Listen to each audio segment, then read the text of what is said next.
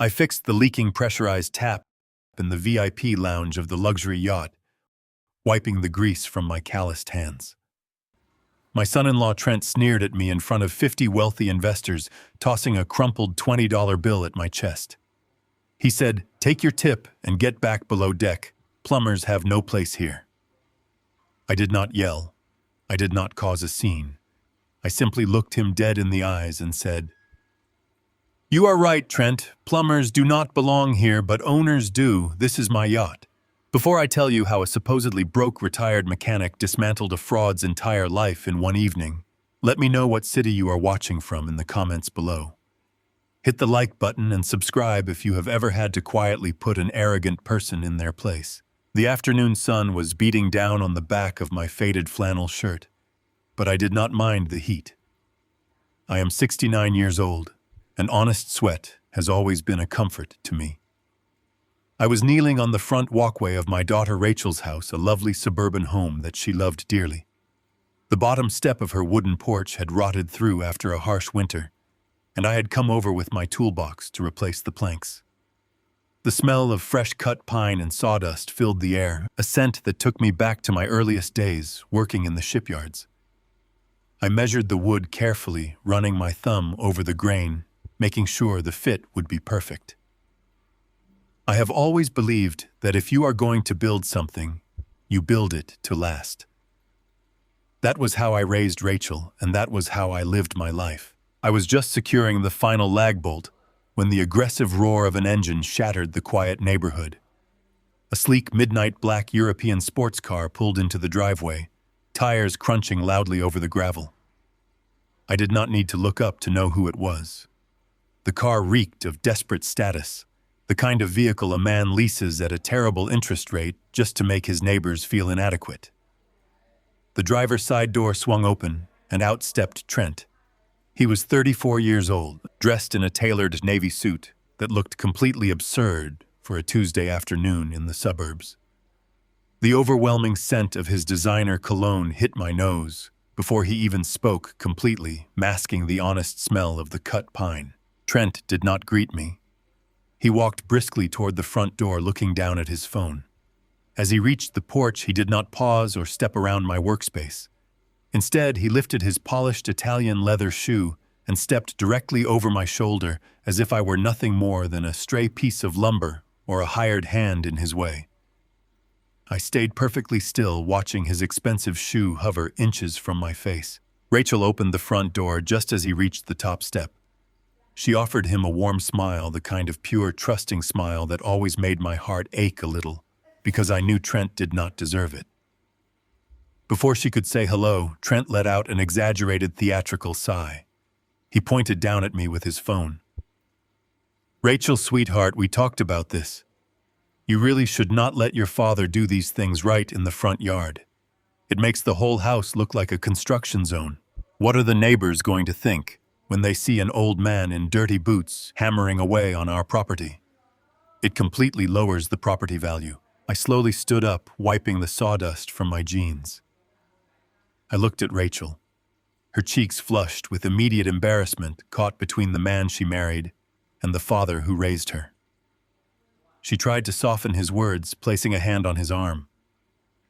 "Trent, please, Dad is just helping us out. The contractor quoted us $500 to fix that step, and Dad insisted on doing it for free. He does great work." Trent let out a sharp, condescending laugh. He adjusted the cuffs of his suit jacket, making sure his flashy, oversized watch caught the sunlight. "That is not the point, Rachel. We can afford the $500. It is about image.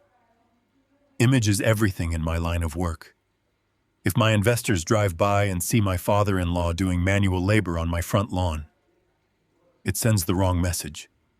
It makes us look desperate." He finally looked directly at me, his eyes cold and dismissive. "No offense, Doug, but you have to understand how the real world works now. You are retired. Go play golf. Let the professionals handle the maintenance." I did not raise my voice. I did not tell him that the watch he was flashing was a clever counterfeit, something I could spot from 10 feet away, because the sweeping motion of the second hand was entirely wrong. I did not tell him that my dirty boots had walked the decks of vessels worth more than his entire bloodline. I simply picked up my hammer, offered my daughter a gentle smile, and told her the step was safe to walk on now. I have learned over the years that true power does not need to shout. It simply observes. Trent pushed past Rachel into the house, complaining about the heat. Rachel lingered for a moment, her eyes pleading with me for understanding. I patted her shoulder, assuring her it was fine. She asked me to come inside for a glass of iced tea, insisting that she wanted to spend some time with me before I drove back to my small apartment. I agreed, leaving my tool belt on the porch. The atmosphere inside the house was thick with an unnatural tension.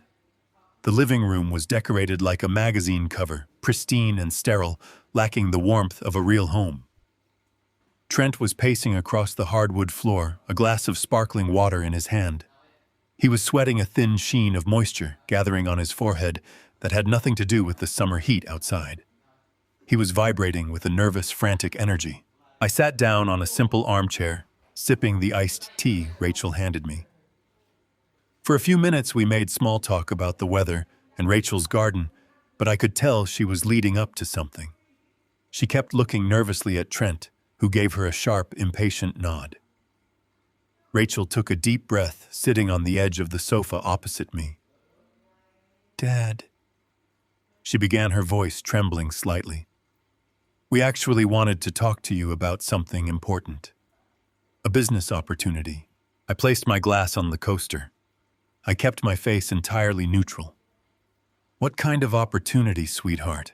Trent suddenly stopped pacing and took over the conversation, unable to let Rachel finish. He stepped forward, putting on a wide, artificial smile that looked more like a grimace. "Listen, Doug. You know I have been working on a massive project, a revolutionary maritime tech startup. We are going to completely disrupt the shipping logistics industry. We are talking high-level synergy, scalable aquatic infrastructure, dynamic liquidity models." He was throwing out corporate buzzwords like confetti, hoping to blind me with jargon. I leaned back in my chair. "Trent," I said calmly, "I worked around boats my whole life. What exactly does your company do? What is the physical product?" Trent waved his hand dismissively, as if my question was too simple-minded for his brilliant brain. "It is an algorithm, Doug. It is a predictive software suite for high-yield vessel management. The details are highly technical, way above the pay grade of a standard mechanic. But the point is, we are right on the verge of a massive breakthrough. We just have a minor cash flow bottleneck holding up our next development phase. We need a small bridge loan to cover our operating costs for the next quarter." Rachel looked down at her hands. "Dad, Trent needs $50,000, just as a short-term loan. We know you have your retirement savings, the money you put away from the repair shop. We would pay you back in 6 months with 10% interest. Trent says it is a guaranteed return." I looked at my daughter, my beautiful, trusting daughter, who was being manipulated by a man drowning in his own ego. Then I looked at Trent. The sweat on his forehead was heavier now. His eyes darted nervously around the room. He was not on the verge of a breakthrough. He was on the verge of a total collapse. A man does not pace like a caged animal if his business is succeeding. I knew the mechanics of failure just as well as I knew the mechanics of a diesel engine. I let the silence stretch out, making him wait. I could see the panic bubbling just beneath the surface of his tailored suit. Finally, I spoke, keeping my voice gentle but absolutely firm. "Rachel, I love you more than anything in this world. But I do not invest money in machines I cannot open up and look inside. I do not understand algorithms, and I do not gamble with my retirement. The answer is no. I cannot give you $50,000. Trent's artificial smile vanished instantly, replaced by an ugly, contorted sneer. The mask dropped completely. His face flushed a dark, angry red. "You cannot or you will not," he snapped, his voice rising in volume. "You have been hoarding your little nest egg for years, doing nothing with it, living in that cramped apartment. This is your daughter's future we are talking about, and you are too stubborn and small-minded to see the bigger picture." "Trent, please," Rachel whispered, tears welling in her eyes. But he ignored her entirely. You know what your problem is. Doug Trent sneered, taking a step toward me. You have a poverty mindset. You spent your whole life covered in grease fixing broken pipes and busted engines, and you think that is all there is to the world. You do not understand wealth. You do not understand risk. You are content to just survive, and you are trying to drag Rachel down to your level of mediocrity. I slowly stood up from the armchair. I am 6 feet tall, and despite my age, a lifetime of hauling heavy steel has left me broad in the shoulders. Trent instinctively took a half step back when I stood, his bravado wavering for a fraction of a second. I looked at him without anger, only with a deep, profound pity. A man's wealth is not measured by the suit he wears, Trent. It is measured by the promises he keeps and the truth he tells. I am sorry, but my answer is final. Trent let out a harsh, bitter laugh. He shook his head, running a hand through his expensive haircut. Fine. Keep your pathetic savings. I do not need your pocket change anyway. I was just trying to do you a favor to let you feel like you were part of something important for once in your life. He reached into the inner pocket of his suit jacket and pulled out a thick, heavy envelope made of expensive, textured cardstock. He practically threw it onto the coffee table in front of me. Hosting an exclusive investor gala this weekend, he announced, puffing out his chest. I am bringing in real funding from people who actually understand maritime wealth. People who do not flinch at writing a 6-figure check. I glanced down at the envelope. The gold-embossed lettering caught the light. Trent crossed his arms over his chest, looking me up and down with absolute disdain. You are invited, Doug. But do me a favor. If you are going to show up, buy a decent shirt. Find something that does not smell like motor oil and cheap soap. Actually, you know what? Since you are so obsessed with working with your hands, maybe you can make yourself useful. You can help the catering staff clear the empty champagne glasses. God knows you will blend right in with the help. It will be the closest you ever get to real luxury. Dad! You do not have to listen to him, Rachel cried out, standing up to intervene. But I held up my hand, stopping her. I picked up the heavy envelope from the table. I slid my thumb under the flap and opened it, pulling out the elegant invitation card. I read the venue location printed in curling golden script. It was a gala event, to be held on a luxury mega yacht, docked at the city's most exclusive marina. I stared at the name of the vessel printed on the card. A very specific, very familiar name. A slow, quiet smile spread across my face. It was not a smile of amusement, but the smile of a man who sees exactly how the gears of fate are about to grind a fraud into dust. I looked up at Trent, who was smirking, believing he had successfully humiliated a poor, uneducated mechanic. Thank you for the invitation, Trent, I said smoothly, carefully slipping the card into the chest pocket of my faded flannel shirt. I would not miss this party for the world. I am sure it is going to be a night we will all remember for the rest of our lives. I climbed into the cab of my old Ford pickup truck. The engine turned over with a heavy, familiar rumble that settled deep in my chest. I drove away from the pristine suburban neighborhood where my daughter lived. My calloused hands gripped the worn leather of the steering wheel. I could still feel the thick paper of the gala invitation resting inside the chest pocket of my faded flannel shirt. Trent honestly believed he had just humiliated a foolish old mechanic. He believed his leased sports car and his counterfeit designer watch made him a giant among men. He thought he held all the cards, but a man who spends his entire life learning how to build complex engines also knows exactly how to dismantle them piece by piece. The afternoon sun warmed the dashboard as I navigated through the city traffic. I did not feel anger toward my son-in-law. Anger is a useless emotion. It makes you careless. It makes you loud. I only felt a cold and quiet resolve. Trent had crossed a line that could never be uncrossed. He had not just insulted my pride. He had actively tried to manipulate my daughter into stealing from my retirement savings to fund his hollow lifestyle. He was a parasite actively feeding on Rachel and her trusting nature. I knew I had to stop him before he dragged her down with him. I arrived at my small 2-bedroom apartment on the edge of the city harbor. The building was older, but the brickwork was solid, and the view of the water was unobstructed. Trent and his wealthy friends would probably call it a dump. They would never understand that living simply is a choice. My living room was sparsely decorated with sturdy oak furniture and walls lined with books on marine engineering and hydrodynamics. I walked into the kitchen and poured myself a cup of black coffee from the pot I had brewed that morning. I stood by the large window watching the cargo ships slowly moving across the horizon. I pulled my cell phone from my pocket and dialed a number I only used when absolutely necessary. It rang twice before a crisp, professional voice answered on the other end. It was Wallace. Wallace is my wealth manager. He operates out of a high-rise glass building in the financial district. We have worked together for nearly 2 decades. He is a meticulous man who respects discretion above all else. I did not raise my voice. I did not scream about how my son-in-law had just disrespected me in front of my daughter. I simply took a sip of my coffee and asked Wallace to run a comprehensive background check on Trent. I told him I needed to know every single detail about a new maritime technology startup that Trent claimed to be running. Wallace sounded mildly surprised to hear from me on a Tuesday afternoon, but he agreed immediately. I could hear the rapid clicking of his keyboard through the phone speaker.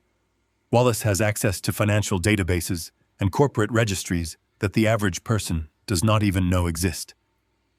While he dug into the digital footprint of my arrogant son-in-law, I stood by the window and let my mind wander back to the past. Trent had called me a man with a poverty mindset.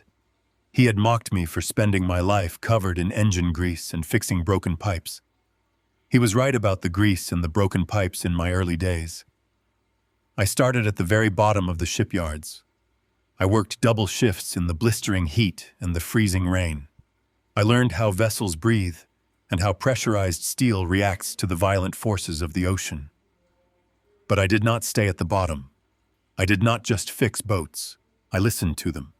I studied the mathematics of water displacement and fuel efficiency during my nights off. By the time I turned 40, I had designed a revolutionary propulsion system for commercial cruise lines. It was a design that cut fuel consumption by 15% while increasing maneuverability in tight harbor spaces. I patented the design and founded a maritime engineering firm. Over the next 15 years, my company became an industry standard. I signed exclusive contracts with the largest luxury cruise operators in the world. 10 years ago, I quietly sold that firm to an international conglomerate. I walked away with an 8-figure net worth. I did not buy a mansion. I did not buy a fleet of exotic cars. I took every single dollar from that sale and placed it into a blind trust. I named it the Sovereign Trust. I structured it so securely that my name would never appear on any public financial registry. I chose to maintain my quiet and modest life for one very specific reason. I wanted to protect Rachel. I had seen too many wealthy families destroyed by entitlement and greed. I wanted my daughter to grow up valuing hard work and honesty over brand names and social status.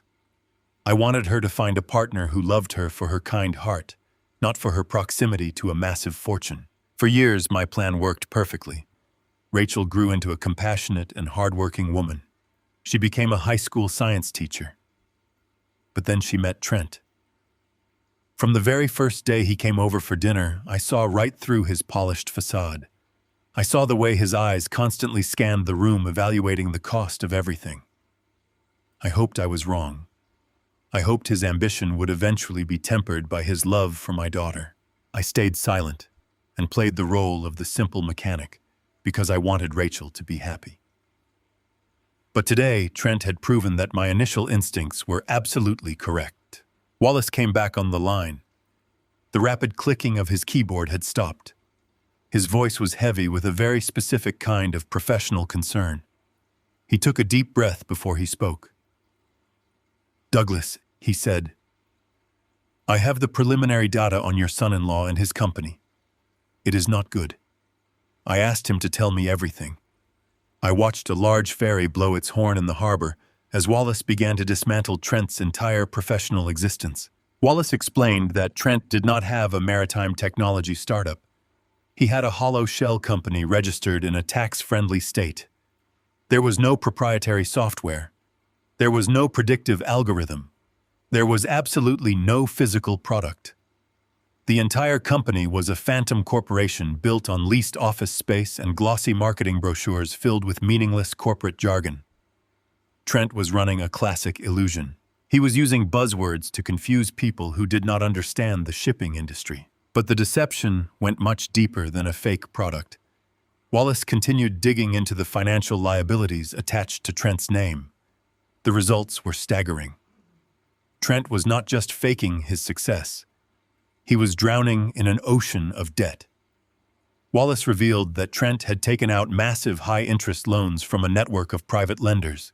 He owed hundreds of thousands of dollars. He was using the money to lease his expensive sports car, buy his tailored suits, and maintain the illusion of being a highly successful entrepreneur.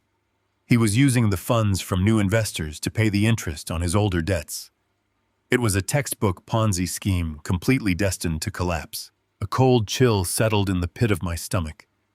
The $50,000 Trent had asked for was not a bridge loan for a tech breakthrough. It was a desperate attempt to pay off aggressive lenders who were likely breathing down his neck. He was willing to steal his own father-in-law's retirement savings just to keep his pathetic charade going for a few more months. I asked Wallace about the risk to my daughter. Wallace warned me that because Rachel was legally married to Trent, she could be held liable for a significant portion of his financial ruin when the house of cards finally fell. The creditors would come after everything she owned. They would come after her home, her savings, and her future. Trent was tying an anchor around her ankles, fully prepared to drag her to the bottom of the ocean with him. I tightened my grip on the phone. I looked down at the gold-embossed invitation card resting on my kitchen counter. Trent was hosting an exclusive investor gala this weekend. He was planning to lure more unsuspecting people into his web of lies to save his own skin. He had invited me just to humiliate me in front of them. He wanted me to clear champagne glasses and play the role of the uneducated peasant. I told Wallace about the upcoming gala. I read the name of the venue and the luxury yacht printed on the card. I asked Wallace to look into the charter details of the vessel.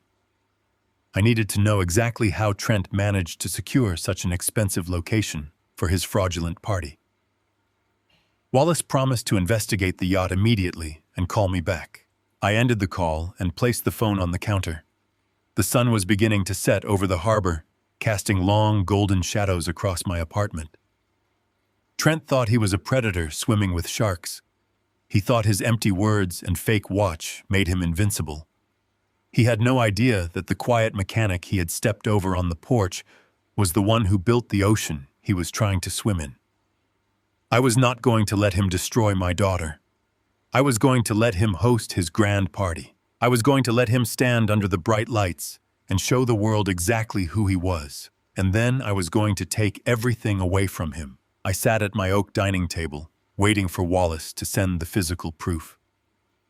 I knew my wealth manager well enough to know he would not just rely on a phone call for something this severe. Less than an hour later, a bonded courier knocked on my apartment door. He handed me a thick, sealed manila envelope. I signed for the package and carried it back to the kitchen. The afternoon sun had faded into a deep twilight, painting the room in long, dark shadows. I turned on the small brass reading lamp on my desk and broke the seal on the envelope. I spread the documents out across the smooth grain of the wood. The pages were covered in financial ledgers, bank statements, and corporate filings. As a man who spent his life analyzing complex schematics and engine blueprints, I knew how to read the underlying structure of a system. What I saw laid out before me was not a business. It was a ticking time bomb. Wallace had traced every single dollar moving in and out of Trent's supposedly revolutionary maritime startup. The truth was worse than a simple lie. It was a predatory trap. Trent had convinced a handful of minor investors to give him seed money based on his charismatic presentations and his tailored suits. But none of that money went into software development or maritime research. It went directly into the pockets of a shadow network of private lenders.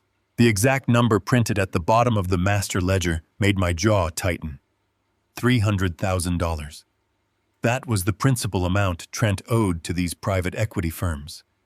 But these were not traditional banks with standard grace periods and forgiving customer service departments. These were aggressive high-interest lenders who specialized in short-term bridge loans for desperate men. The interest rates were astronomical.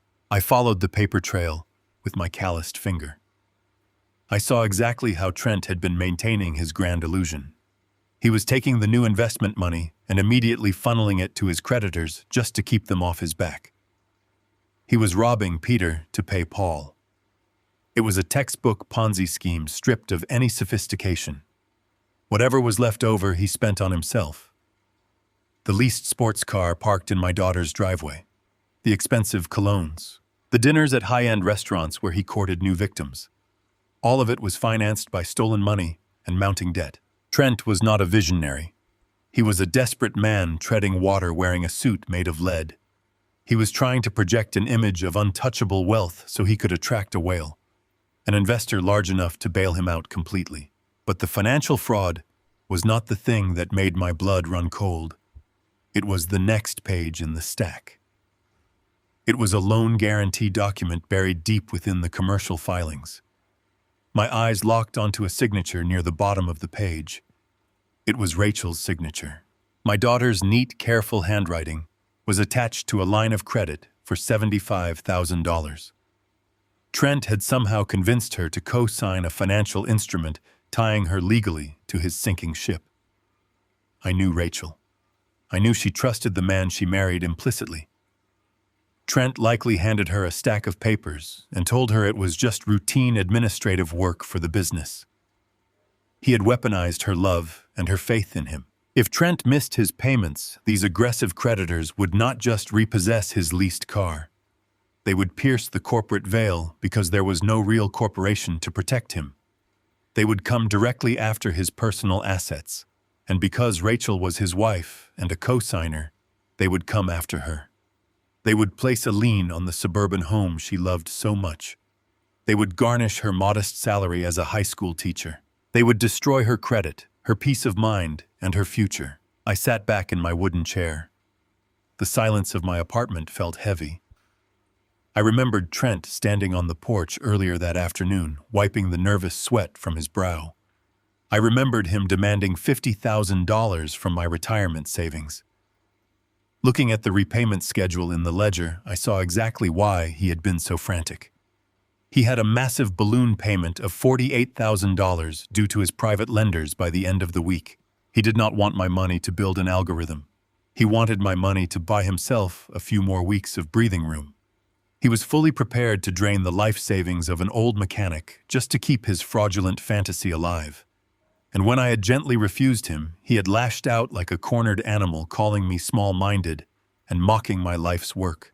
He had invited me to his grand investor gala not just out of spite, but out of a twisted sense of superiority.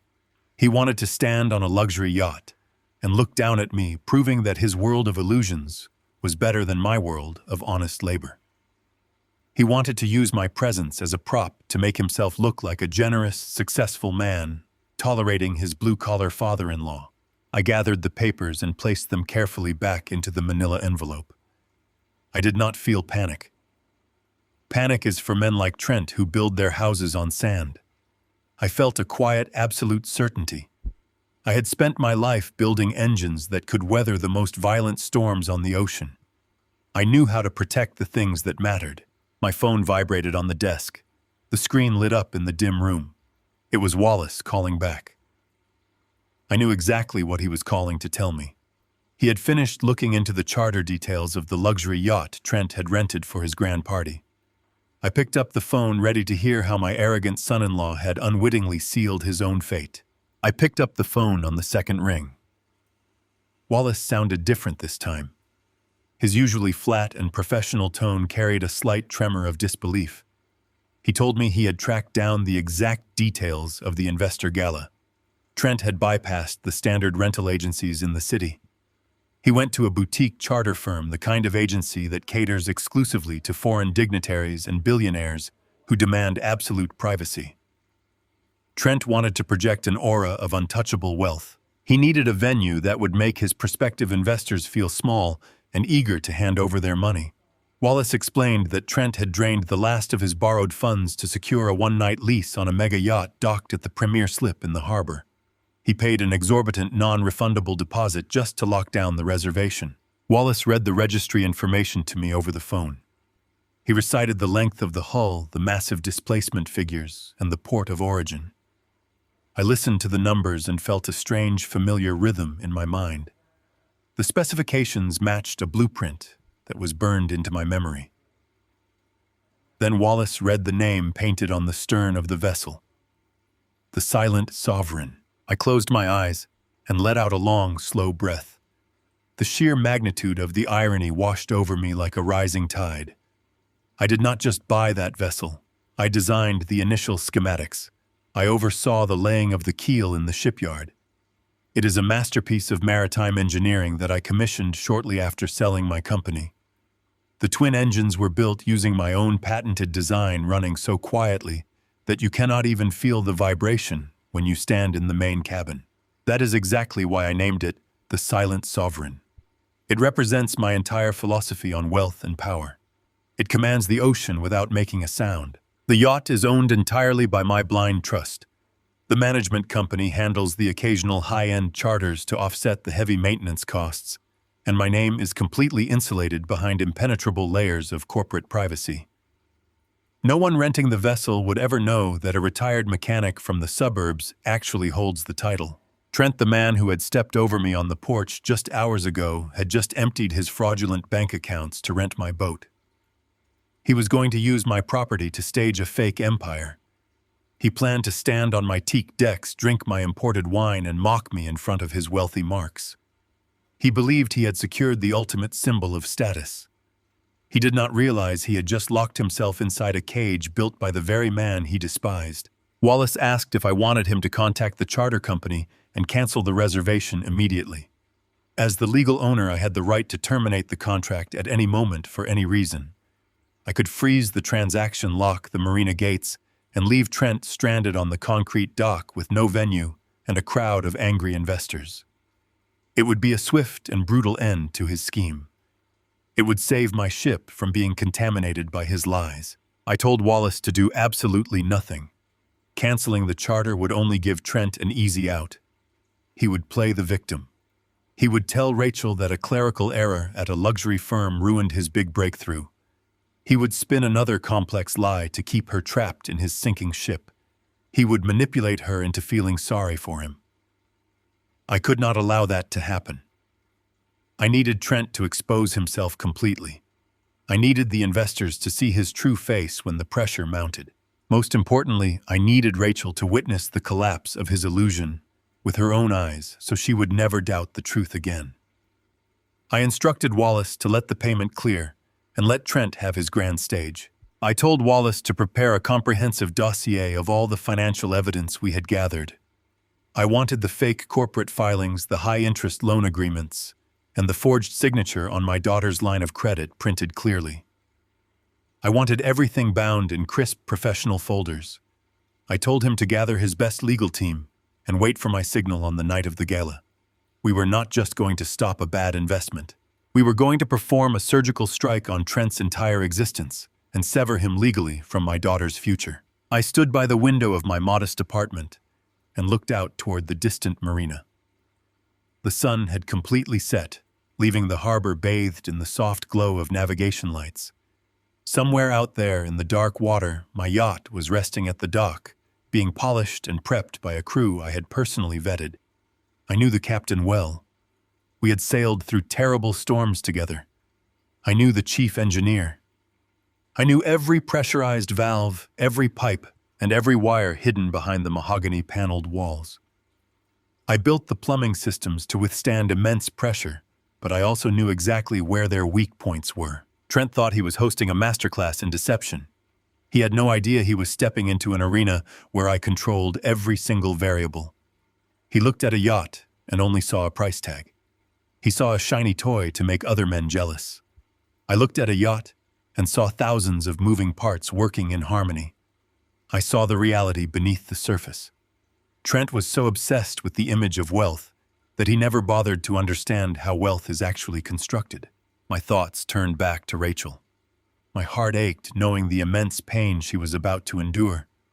Discovering the man you married is a hollow fraud is a terrible burden for any person to carry. She would feel foolish and betrayed. She would mourn the future she thought they were going to build together. But a brief, sharp pain is always better than a lifetime of bleeding out from 1,000 small cuts. I had to let this happen. I had to be the one to orchestrate the demolition of his lies. I would gladly play the role of the dirty mechanic if it meant saving my daughter from total financial ruin.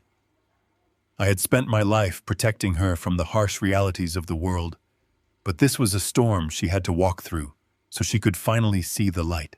I folded the elegant gold-embossed invitation card and placed it on the kitchen counter next to my heavy steel wrench. Trent had told me to find a clean shirt and help clear the empty glasses. He wanted me to blend in with the help so he could feel like a king. I smiled in the quiet darkness of my kitchen. I decided I would give my arrogant son-in-law exactly what he asked for.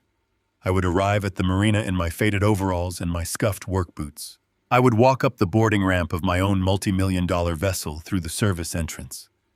I would let him puff out his chest and parade around my living room. And when the moment was perfectly right, I would pull the pin and let his entire house of cards shatter into dust. I arrived at the marina 3 hours before the first guest was scheduled to board. The late afternoon sun reflected off the pristine white hulls of the docked vessels in the harbor. None of them could compare to my ship. The Silent Sovereign rested at the very end of the premier dock. Her sleek lines cut a striking silhouette against the fading blue horizon. She was magnificent. I parked my old truck in the designated employee lot, far away from the velvet-roped valet stands that were being set up for Trent and his extravagant evening. I stepped out of the cab and breathed in the familiar scent of salt water and diesel fuel. I wore my oldest pair of denim overalls and a faded gray work shirt. A battered leather tool belt hung heavy around my waist. I looked exactly like a man who spent his life toiling in the damp engine rooms of the world. That was precisely the point. I bypassed the grand teak boarding ramp where Trent would soon be welcoming his unsuspecting victims. Instead, I walked down the narrow concrete service pier and boarded through the lower crew door. The moment my heavy work boots touched the deck, a profound sense of peace washed over me. I knew the heartbeat of this vessel better than anyone alive. I knew the routing of every electrical conduit. I knew the pressure thresholds of every water line. I knew the exact acoustic frequency of the twin engines I had designed. Walking through the narrow, brightly lit service corridors, I felt the gentle, almost imperceptible hum of the generators. To an ordinary man, it was just background noise. To me, it was a familiar symphony. I made my way up the private stairwell to the bridge. Captain Miller was standing at the main console reviewing the navigational charts for the evening harbor cruise. Miller was a man of immense integrity and vast experience. We had weathered massive ocean storms together off the coast of Alaska. He knew my true identity, and he guarded that secret with absolute ironclad loyalty. When he heard my heavy boots on the deck, he turned around. His stern, weathered face immediately broke into a wide, genuine smile. "Mr. Gallagher," he said, stepping forward to shake my hand with a firm, respectful grip. "We were not expecting you aboard tonight, sir. The management company only informed us of a private corporate charter."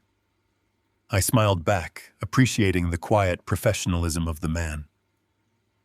"I am not here as the owner tonight, Captain," I replied softly.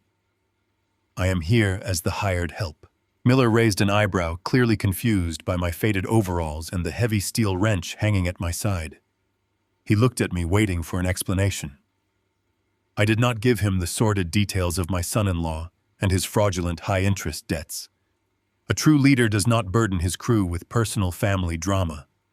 I simply told him what he needed to know to execute my plan flawlessly. "The man who chartered this vessel tonight is my son-in-law," I explained, leaning against the polished navigation console. "He is currently running a massive financial scheme. He is using my ship to project a false illusion of wealth so he can steal from his investors." He believes I am nothing more than a poor, uneducated mechanic. He specifically invited me here to humiliate me and treat me like a servant in front of his wealthy friends. I intend to let him do exactly that." Captain Miller let out a slow breath. His jaw tightened, and the easy smile vanished from his face. It was replaced by the fierce, protective loyalty of a man who deeply respects his employer. "Sir, I can cancel this charter right now," he said, his voice dropping to a low, serious register. "I can order port security to clear the docks. That arrogant fraud will not set one foot on your pristine deck." I placed a calm hand on Miller and his broad shoulder. "No, Captain," I said firmly. "I want him on this deck. I want his investors on this deck. If we lock him out, he will just spin another complex lie and play the victim. He will convince my daughter that a clerical error at a luxury firm ruined his big business breakthrough. I need his illusion to shatter completely. I need it to happen under the bright lights where everyone can see his true face. I need him to expose his own greed." I gave the captain my explicit instructions for the evening. When Trent arrived, the crew was to treat him with the utmost respect. They were to serve his expensive champagne and cater to his every arrogant whim without question. But they were to treat me like a total stranger. A lowly contracted maintenance worker brought on board at the last minute to fix the plumbing. No one was to address me as sir. No one was to acknowledge my ownership of the vessel. I wanted to be invisible until the exact right moment. After securing the captain and his absolute cooperation, I went down to the lowest levels of the ship to find Chief Engineer Barnes. Barnes was a young, brilliant technician who knew my patented engine designs inside and out. He was shocked to see me walking into his domain wearing dirty work clothes, but he stood at attention and listened intently as I explained my needs. I asked Barnes about the pressurized water system connected to the main VIP lounge bathroom on the upper deck. Barnes confirmed that the system was currently running at optimal water pressure. I reached into my leather belt and handed him a specialized brass wrench. I instructed him to go up to the VIP lounge bathroom immediately before any guests arrived. I told him to take that wrench and slightly loosen the primary pressure valve hidden beneath the main gold-plated tap. I told him to loosen it just enough so that the threading would hold together for the first hour of the party, but fail spectacularly the moment someone tried to turn it on later in the evening. Barnes smiled widely, understanding immediately that I was orchestrating a highly controlled disaster on my own property. He assured me it would be done perfectly and discreetly. It would spray pressurized water everywhere, causing a massive chaotic scene among the wealthy guests, but it would not cause any structural damage to the waterproof bulkheads of my ship. It was the perfect harmless trap. With the snare securely set, I retreated to a small, hidden maintenance closet located near the lower galleys. It was a cramped space meant only for storing cleaning supplies and spare mechanical parts. I overturned an empty plastic utility bucket and sat down in the dim, flickering light. I rested my calloused hands on my knees and took a long, deep breath. The air smelled of bleach and engine grease. I could hear the frantic footsteps of the catering crew scrambling on the decks above me. They were setting up the grand buffets and polishing the crystal glasses for Trent and his extravagant arrival. I closed my eyes and thought of Rachel. My heart ached deeply for the immense pain she was about to endure tonight. I knew how much she loved the man she married. I knew how much it would hurt her to watch his entire world collapse in real time. But a father cannot always shield his child from the fire. If you protect someone from the heat forever, they will never learn that the flames can burn them. Sometimes a father has to let the fire burn down the rotten structures around his child, so she can finally see the clear, open sky above the smoke. I had to let her see the truth. I had to let Trent destroy himself with his own boundless arrogance. I waited in the dark, listening to the sounds of the marina drifting through the steel hull of the yacht. Soon the heavy, confident footsteps of Trent and his wealthy guests began to echo loudly on the teak decks above my head. The stage was perfectly set. The unsuspecting players were arriving for the grand performance, and the quiet mechanic was sitting in the shadows, completely ready to go to work. Let me step back to the moment just before I left my apartment to drive to the marina. I was standing in my kitchen buttoning my faded work shirt when a frantic knock echoed at my front door. It was not a polite tap. It was the desperate pounding of someone whose world was falling apart. I opened the door and found my daughter Rachel standing in the hallway. Her face was pale and her eyes were red and swollen from crying. She was clutching a crumpled piece of thick white paper in her trembling hands.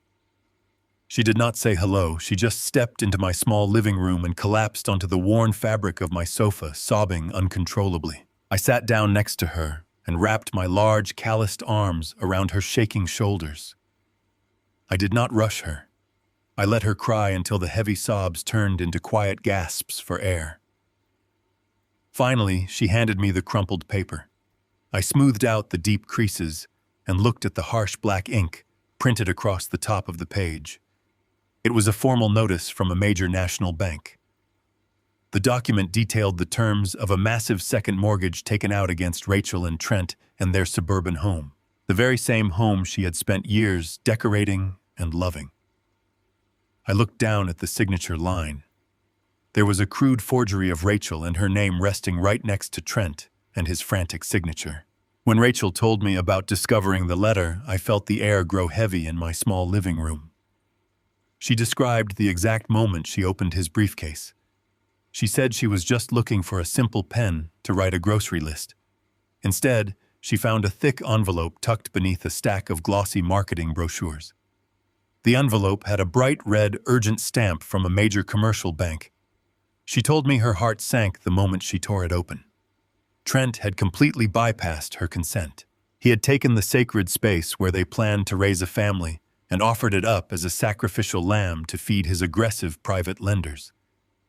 The forgery of her signature was sloppy, but it had been enough to push the paperwork through the automated banking system. Rachel felt deeply violated. Her own husband had stolen her financial identity to keep his hollow charade afloat for a few more desperate weeks. Rachel looked up at me with tears streaming down her face. She told me Trent had brushed off her concerns earlier that morning, claiming it was just standard corporate collateral, and that the upcoming investor gala would pay it off 10 times over. She leaned her head against my shoulder and asked me if she was going crazy. She asked me how the man she married could do something so reckless and illegal. She asked me if his company was actually real, or if her entire marriage was just a financial trap. Her voice broke as she admitted that she was terrified of losing her home and her future. She asked me why she never noticed the frantic phone calls or the mounting pressure that Trent tried so hard to conceal behind his tailored suits and expensive cologne. I listened to her every word without interrupting. I told her that good people often project their own goodness onto others. She did not see his fraud because she could never imagine committing such a fraud herself. Her pure heart was exactly what Trent had preyed upon. But I reminded her that a pure heart is not a weakness. It is a profound strength that outlasts any temporary deception. The pain in her voice was the sharpest agony a father could ever feel. I wanted to march over to that suburban house and tear Trent apart with my bare hands. I wanted to show him the terrible physical consequences of stealing from my only child. But a steady captain does not steer his ship into the rocks just because the wind is blowing hard. I placed my hand over Rachel and her trembling fingers. I looked deeply into her tear-filled eyes. I told her she was not going crazy. I told her she was a smart and capable woman who had simply trusted a man who did not understand the true meaning of the word loyalty. I gently wiped the tears from her cheeks. I promised her that she would not lose her home. I swore to her on my life that the bank would never take her sanctuary away from her because I already had a plan in motion to completely sever Trent from her financial future. Rachel looked at my faded denim overalls and my heavy leather tool belt. She asked me what I was going to do and why I was dressed for a hard day of labor when Trent had invited me to a luxury party. I gave her a warm and quiet smile. I told her that a good mechanic always wears his work clothes when he is preparing to dismantle a broken machine. I instructed her to go back home and wash her face. I told her to put on her most elegant dress and attend the grand investor gala just as he wanted. I told her to walk onto that yacht, with her head held high, and to act as if absolutely nothing was wrong. She hesitated, fearing the humiliation of standing next to a man she now knew was a fraud. But I gripped her hands firmly and transferred my quiet strength directly into her heart. I told her that tonight was the night the grand illusion would finally shatter. I promised her that if she just stood quietly and watched the events of the evening unfold, she would never have to worry about Trent and his aggressive creditors ever again. I told her the truth about her husband would be dragged into the bright lights for everyone to see, and that all of his wealthy investors would witness his total collapse. Rachel took a deep breath and nodded her head. The panic in her eyes slowly faded into a cold and resolute clarity. She stood up from my sofa and straightened her posture. She thanked me and promised she would be on the top deck of the yacht waiting for the truth to be revealed. I watched my beautiful, brave daughter walk out of my apartment. It was then that I picked up my steel wrench and headed for my truck, completely ready to execute the final stages of my plan at the marina. The evening air turned crisp as the sun dipped below the horizon, leaving the marina bathed in the artificial glow of amber dock lights. I sat on an overturned bucket in the maintenance closet of my ship, listening to the steady rhythm of footsteps on the teak deck above me. The guests were arriving. I could hear the muffled sounds of expensive leather shoes and high heels clicking against the wooden planks. Valets were parking luxury sedans and sleek sports cars on the concrete pier. I stayed in the shadows of the lower corridor, letting the grand performance begin. Through the small porthole window near the galley, I watched Trent welcome his victims. He stood at the top of the main boarding ramp, wearing a velvet tuxedo jacket that probably cost more than the average mechanic makes in a year. He was holding a crystal flute of champagne, greeting the men with aggressive handshakes and charming the women with practiced smiles. These were the high-net-worth investors he had lured into his web. They wore bespoke suits and silk dresses, radiating the kind of casual arrogance that comes from never having to check a price tag. They looked at the massive, gleaming hull of my vessel and assumed Trent was a titan of industry. They assumed the man shaking their hands owned the ocean beneath them. They had no idea they were stepping onto a stage that I had built. I slowly made my way out of the maintenance closet and walked up the narrow service stairwell. My heavy boots made soft thuds against the metal grating. I wore my faded denim overalls and the worn gray work shirt with the sleeves rolled up to my elbows. My leather tool belt rested heavily on my hips, carrying the solid brass wrench I had handed to Chief Engineer Barnes earlier. I stayed just out of sight near the service entrance of the main deck, watching the party unfold. Trent was absolutely in his element. He was holding court near the stern, pointing up at the radar arrays and the communication towers, as if he had designed them himself. I could hear his loud, confident voice carrying over the soft jazz music drifting from the hidden speakers. He was telling a group of older men about his revolutionary maritime algorithm, using all the hollow corporate buzzwords I had heard in Rachel and her living room. He spoke about scalable aquatic infrastructure and dynamic liquidity models. The older men nodded in agreement, sipping their expensive liquor completely blind to the fact that Trent did not even know the difference between a starboard bow and a portside bulkhead. He was serving them $100 caviar on a platter of elaborate lies. I watched the waitstaff glide effortlessly across the deck, carrying silver trays loaded with delicate appetizers. The crew moved with the synchronized precision I had instilled in them. They wore crisp white uniforms that contrasted sharply with my grease-stained denim. Every single member of the crew knew exactly who I was, but they played their parts flawlessly. They ignored me just as I had instructed. This allowed Trent to feel secure in his false authority. He truly believed he was the master and commander of the evening. He stood near the polished mahogany railing, gesturing grandly toward the city skyline as if he had built the skyscrapers himself. I observed the way his investors hung on his every word. They were greedy men looking for a rapid return on their capital. They were completely blinded by the illusion of luxury. They did not notice the nervous sweat forming at the base of Trent and his neck.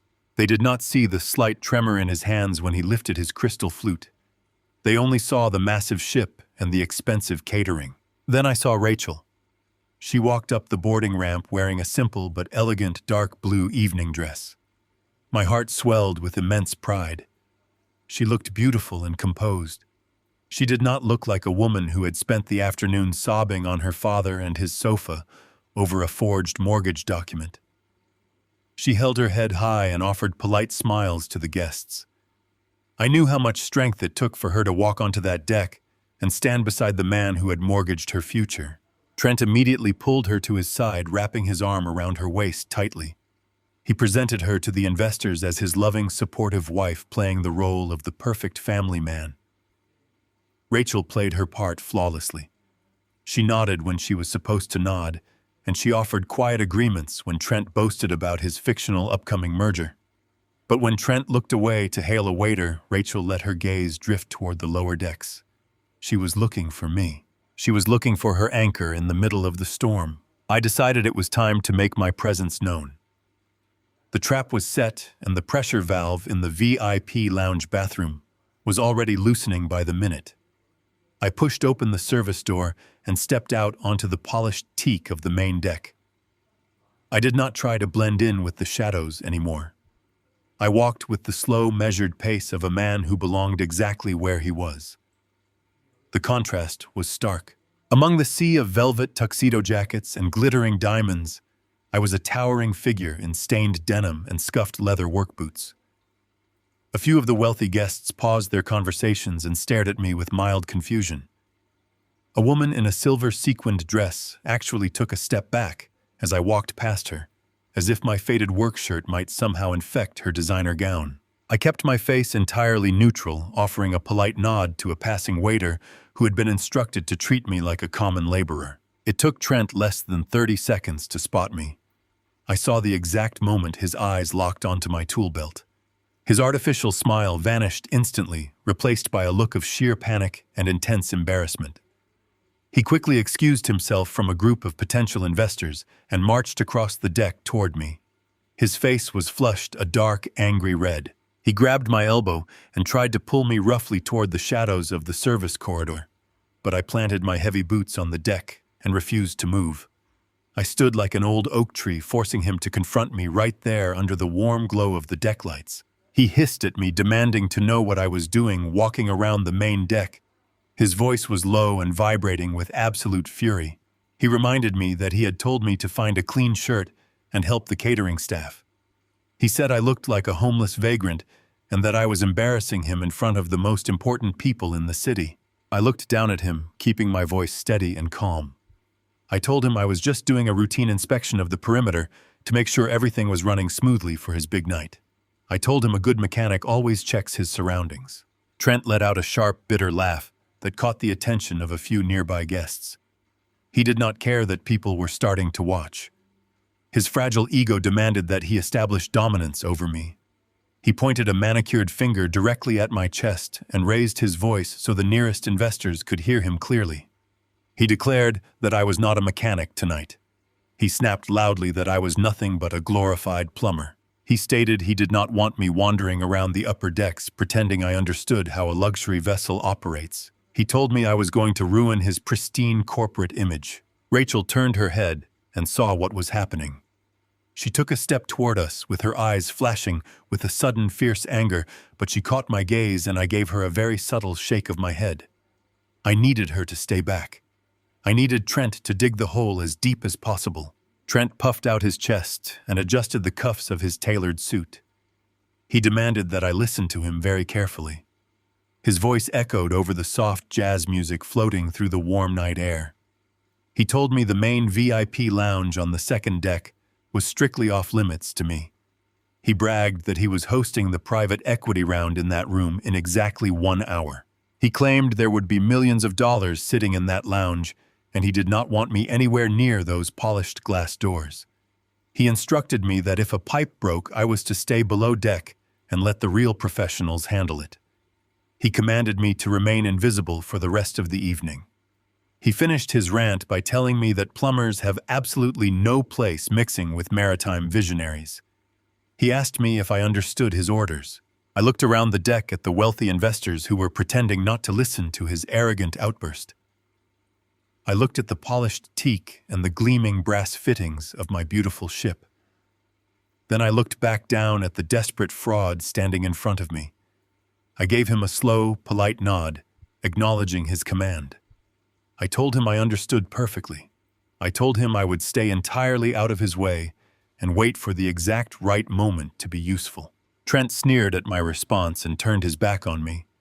He marched proudly back to his wealthy marks to pour more expensive champagne and spin more elaborate lies. I quietly turned around and walked back toward the service stairwell. I descended into the lower corridors with a calm sense of satisfaction. I knew the pressurized water line in the VIP lounge was slowly ticking down the minutes, just waiting for a self-proclaimed visionary to turn the brass handle. I retreated deeper into the lower decks of the ship, while the party raged above me. I sat on a sturdy wooden crate inside the main mechanical room, watching the analog pressure dials mounted on the steel bulkhead. I knew exactly how much force was pumping through the primary freshwater lines of my vessel. Marine plumbing does not operate like the pipes in a suburban house. It runs under immense constant pressure to ensure water can reach the highest decks while fighting against the continuous motion of the ocean.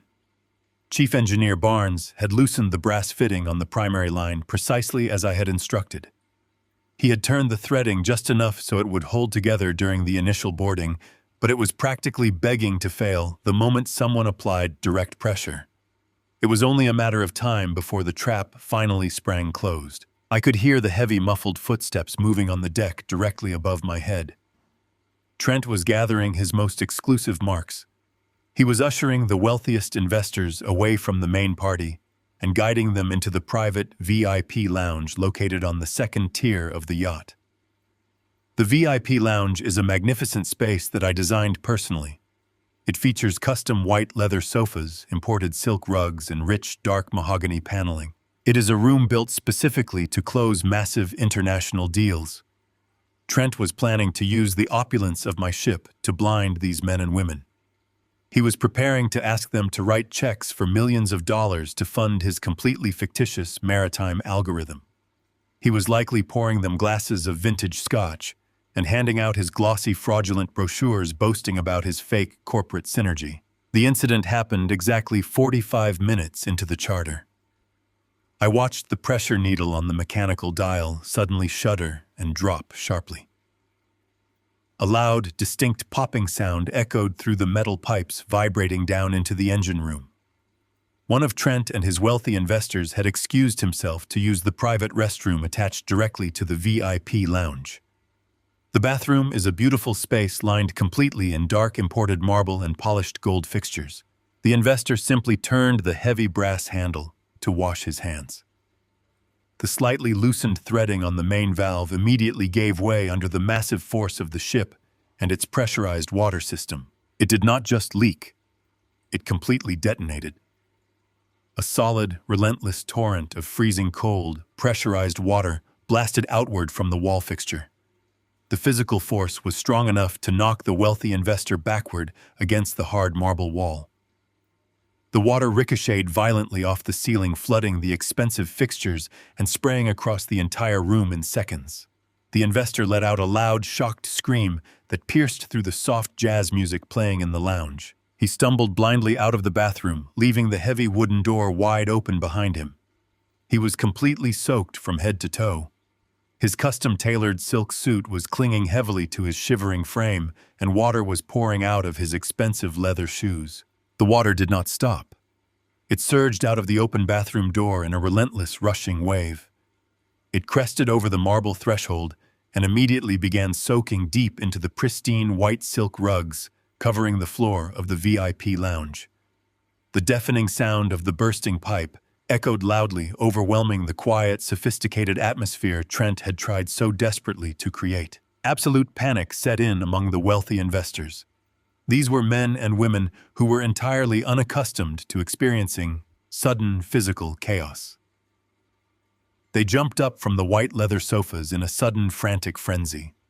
They scrambled to grab their expensive leather briefcases and their cell phones, holding them high above their heads to protect them from the rapidly spreading puddle. They backed away toward the outer glass doors, looking around wildly and expecting a servant or a crew member to instantly magically solve the problem for them. Trent completely panicked. He watched in sheer horror as his grand illusion began cracking wide open right in front of his most important financial targets. He dropped his crystal glass of champagne, allowing it to shatter on the wet floor. He rushed toward the flooded bathroom, shouting frantically over the noise of the rushing water. He promised the investors that it was just a minor technical malfunction and that he would have the situation entirely under control in a matter of seconds. He was desperately trying to project the image of a capable and decisive leader. Trent ran headfirst into the flooded marble bathroom. He reached blindly toward the broken pipe, trying to force the heavy brass fixture back into the wall, using nothing but his bare hands. He had absolutely no tools. He had zero mechanical knowledge. He did not even know where the localized shut-off valve was located. He only had his boundless, desperate arrogance.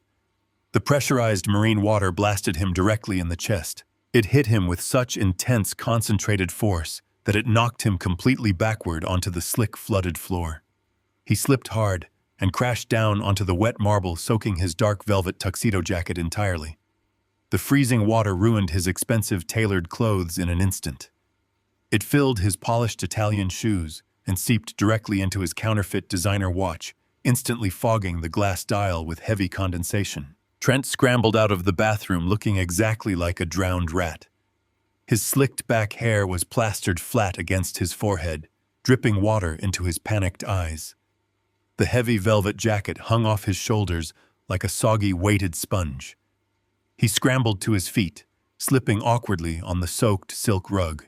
He began screaming at the top of his lungs, demanding assistance from the yacht staff. He yelled that he was chartering this luxury vessel and that he expected immediate premium emergency service. He ordered someone to fetch the captain or the chief engineer right that very second. A single steward dressed in a crisp, completely dry white uniform walked calmly into the chaotic VIP lounge. The steward did not run or show any signs of panic. He walked with a slow, measured pace, carrying a single small, folded white hand towel. He approached Trent, who was standing in the middle of the room, dripping large puddles of water onto the ruined rug. The steward politely extended his arm and handed the tiny, useless towel to Trent. Trent snatched the towel, angrily throwing it to the floor. He demanded to know where the engineering team was hiding. He shouted that his extremely important investors were getting wet, and his entire presentation was completely ruined. The steward kept his face perfectly neutral and entirely professional. He spoke in a very clear, polite voice, ensuring that all the wealthy investors huddled near the doors could hear every single word. He informed Trent that Chief Engineer Barnes was currently off-ship handling an extremely urgent shore supply issue at the marina dock. He then calmly added that Captain Miller was strictly confined to the bridge navigating a delicate harbor traffic situation and absolutely could not leave his post under any circumstances. Trent screamed that he was paying an absolute fortune for the exclusive charter and that he demanded a qualified professional fix the broken pipe immediately. The water was now pooling heavily around the expensive white leather sofas, threatening to spill out into the main dining corridor. The investors were looking at Trent with deep, profound skepticism. Their initial panic had quickly morphed into intense irritation and blatant disgust. They were watching a man who claimed to be a brilliant maritime technology visionary completely fail to manage a simple broken sink on a rented boat. The grand illusion of his competence and power was washing away right along with the tide of the flooding room. The steward offered a very polite and helpful suggestion. He reminded Trent that while there was no official engineering staff currently available on the upper decks, he had noticed a hired maintenance worker wandering the lower service corridors earlier in the evening. The steward calmly suggested that perhaps the old plumber Trent had brought aboard might be able to assist with the plumbing emergency. Trent stood frozen, shivering in his ruined heavy velvet suit. He looked at the faces of his wealthy targets. They were no longer looking at him with any respect or admiration. They were staring at him with blatant, profound doubt. If a man could not handle a basic mechanical issue on a luxury boat, how could they possibly trust him with millions of dollars to revolutionize the entire global shipping industry? Trent realized in that terrible, quiet moment that he had absolutely no other choice. His entire fraudulent pitch and his desperate financial survival depended entirely on regaining control of the flooding room. He had to swallow every single ounce of his massive pride. Trent gritted his teeth, his face flushing a deep, angry red beneath the dripping water. He looked at the steward and ordered him to go down to the lower decks immediately. He commanded the steward to find the old man in the dirty denim overalls and bring him up to the VIP lounge as fast as humanly possible. He was forced to publicly beg for the help of the very same man he had completely humiliated and degraded just an hour earlier. I sat below deck listening to the water pressure equalize and waited for the heavy knock on the mechanical room door. The stage was finally set for the true owner to step into the light. I stepped out of the maintenance closet when the steward pulled open the heavy oak door. He stood in the corridor with his hands clasped perfectly behind his back, offering a polite and silent nod. It was the exact signal I had been waiting for all evening. I grabbed my solid brass wrench from the wooden crate. The cool, heavy metal felt deeply familiar and comforting in my calloused palm. It was the tool of a man who built things to endure. I walked out of the lower corridors and made my way up the spiraling glass staircase toward the second deck. The air grew thick with the smell of damp silk and panicked sweat as I approached the VIP lounge. The muffled sounds of the soft jazz music were entirely drowned out by the aggressive roar of pressurized water and the frantic shouting of my son-in-law. I stepped through the polished mahogany doors and took in the magnificent disaster I had orchestrated. The luxurious room was in a state of absolute chaos. The imported white silk rugs were completely submerged under 2 inches of freezing ocean water. The custom white leather sofas were speckled with dark, wet stains. The high-net-worth investors had retreated to the furthest corners of the room. They were perched awkwardly on the elevated bar stools and the decorative marble ledges. These were men and women who controlled millions of dollars in corporate assets, but they were completely paralyzed by a broken plumbing fixture. They clutched their expensive briefcases to their chests with looks of profound irritation. They were glaring directly at Trent. Trent was standing near the bathroom entrance, completely ruined. His velvet tuxedo jacket was saturated and dripping heavily onto the floor. His slick hair hung in wet, miserable strands across his forehead. He was shouting into his cell phone, demanding to speak to the charter company management. He looked exactly like a little boy who had broken a very expensive toy. Rachel was standing near the outer glass doors, completely dry. She held a glass of sparkling water in her hand. She was watching her husband flail in his own gross incompetence. When I walked into the room, her eyes locked onto mine. She did not smile, but the tension in her shoulders visibly dropped. She knew exactly what I was doing. She knew the illusion was finally breaking wide open. Trent dropped his phone when he heard my heavy leather work boots sloshing through the flooded doorway. His face twisted into a mask of pure, desperate rage. He pointed a shaking, wet finger at me. He ordered me to get into the bathroom and fix the disaster immediately. He screamed that I was ruining the most important night of his entire life. He yelled that if I did not stop the water in the next 60 seconds, he would personally make sure I never worked in this city again. I did not respond to his frantic threats. A true professional does not waste breath on a man drowning in his own panic. I walked past him without a single glance. I felt the cold water soak into the thick denim of my faded overalls. I stepped over the marble threshold and entered the flooded bathroom. The water was blasting from the wall fixture with incredible, violent force. It was ricocheting off the ceiling and creating a dense, blinding mist in the small enclosed space.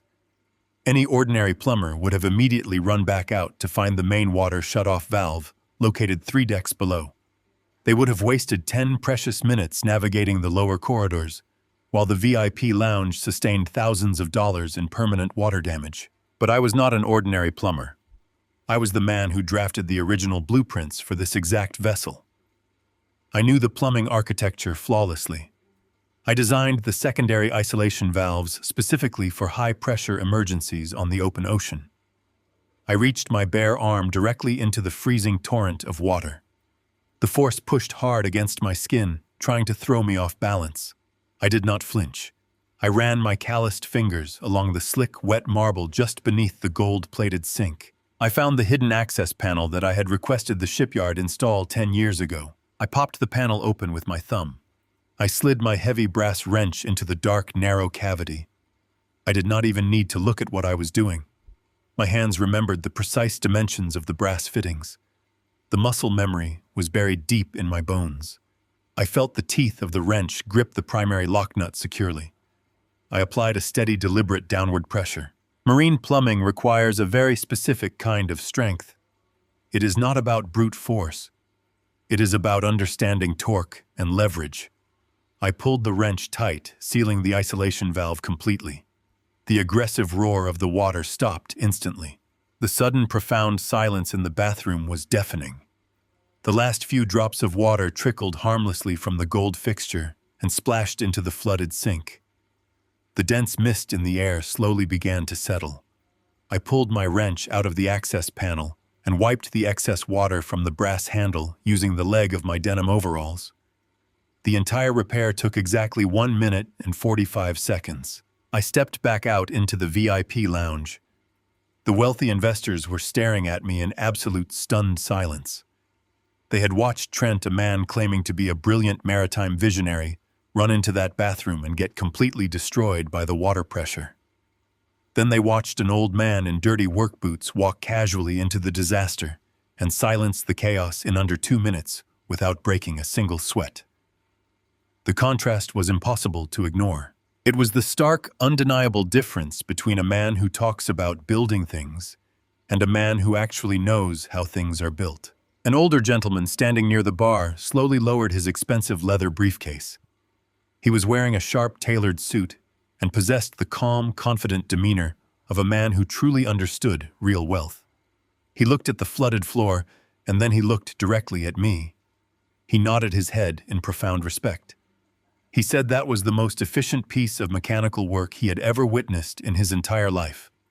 He asked me how long I had been working on high-pressure marine systems. I looked at the older investor and offered a polite, respectful nod. I told him I had been working around heavy machinery for more than 40 years. I said a man learns a thing or two when he actually gets his hands dirty, instead of just reading about it in a glossy brochure. The older investor let out a loud, genuine laugh. He looked over at Trent with an expression of pure, unadulterated pity. He told Trent that he should be incredibly grateful to have hired such a competent professional for the evening. He said a good mechanic is worth his weight in gold, especially when the man running the ship clearly does not know the first thing about keeping his own vessel afloat. The other investors in the room murmured in quiet agreement. They were no longer looking at Trent with any shred of respect. The grand illusion of his corporate dominance was completely shattered. They saw him for exactly what he was. He was a wet, shivering, desperate boy playing dress-up in a borrowed suit. He was a man who panicked under pressure and needed to be rescued by the very working-class people he likely looked down upon. Trent stood in the center of the flooded room, trembling with an ugly, venomous rage. His face was pale, and his jaw was clenched so tightly I thought his teeth might shatter. He was completely humiliated. His wealthy Marx had just openly praised a dirty old mechanic while treating him like an incompetent fool. His fragile, massive ego could not handle the rejection. He could not accept that his fake empire had been upstaged by a man wearing faded denim overalls. I did not gloat. I did not smile. I simply stood near the bathroom door holding my heavy brass wrench.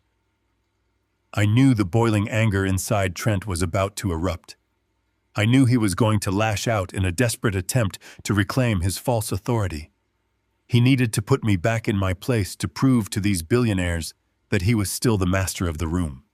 He needed to humiliate me publicly to salvage his own shattered pride. I watched him reach a shaking hand into the inner pocket of his ruined velvet jacket. He pulled out a soaked leather wallet. He was breathing heavily, his chest heaving with every ragged breath. The stage was perfectly quiet. Everyone in the room was watching him. Rachel was watching him from the glass doors. I stood my ground, completely ready for his final desperate mistake. The trap had worked flawlessly, and the rat was finally cornered. I just needed to let him take one last aggressive bite before I brought the heavy hammer down on his entire life. Trent stood in the shallow pool of freezing water, shivering violently inside his ruined velvet tuxedo jacket. He was breathing in short, ragged gasps. The 50 wealthy investors had backed away from him completely. They were standing on the dry edges of the room watching him with an overwhelming sense of pity and disgust.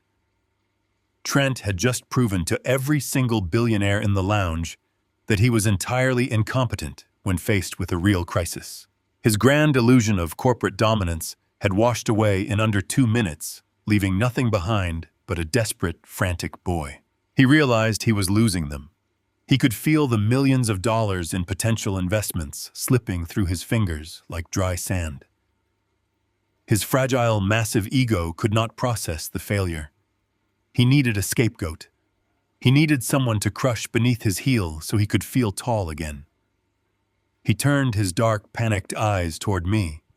I was standing quietly near the marble threshold, holding my heavy brass wrench. I had just saved his exclusive party from total structural disaster, but Trent did not feel gratitude. He only felt an immense toxic shame that I was the one who had to save him.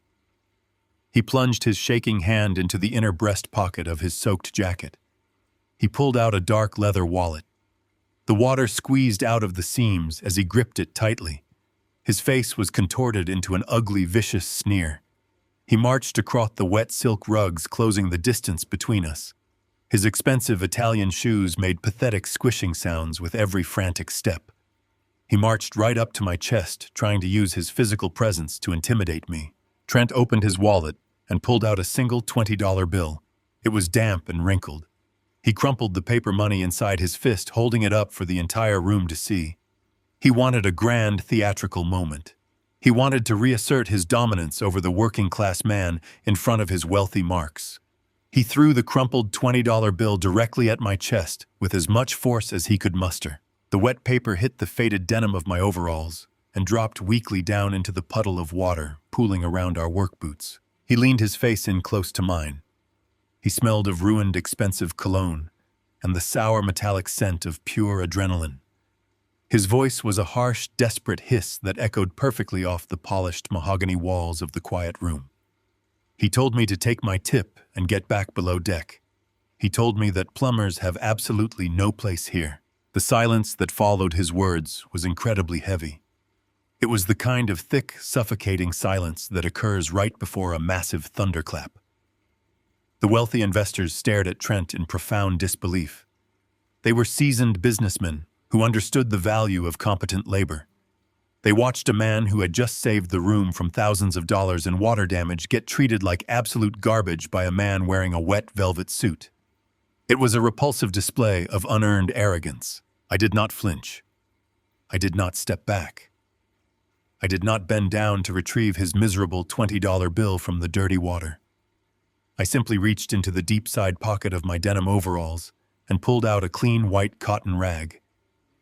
I slowly began to methodically wipe the residual moisture and pipe grease from my large, calloused hands. I wiped my fingers one by one, taking my absolute time. I let the silence stretch out and wrap itself around his throat. I let his terrible insult hang in the air, allowing it to rot and expose his true character to everyone in the room. I looked over his shoulder and caught sight of Rachel. She was standing near the outer glass doors, with her hands covering her mouth. Her face was pale, and her eyes were wide with a fierce defensive anger.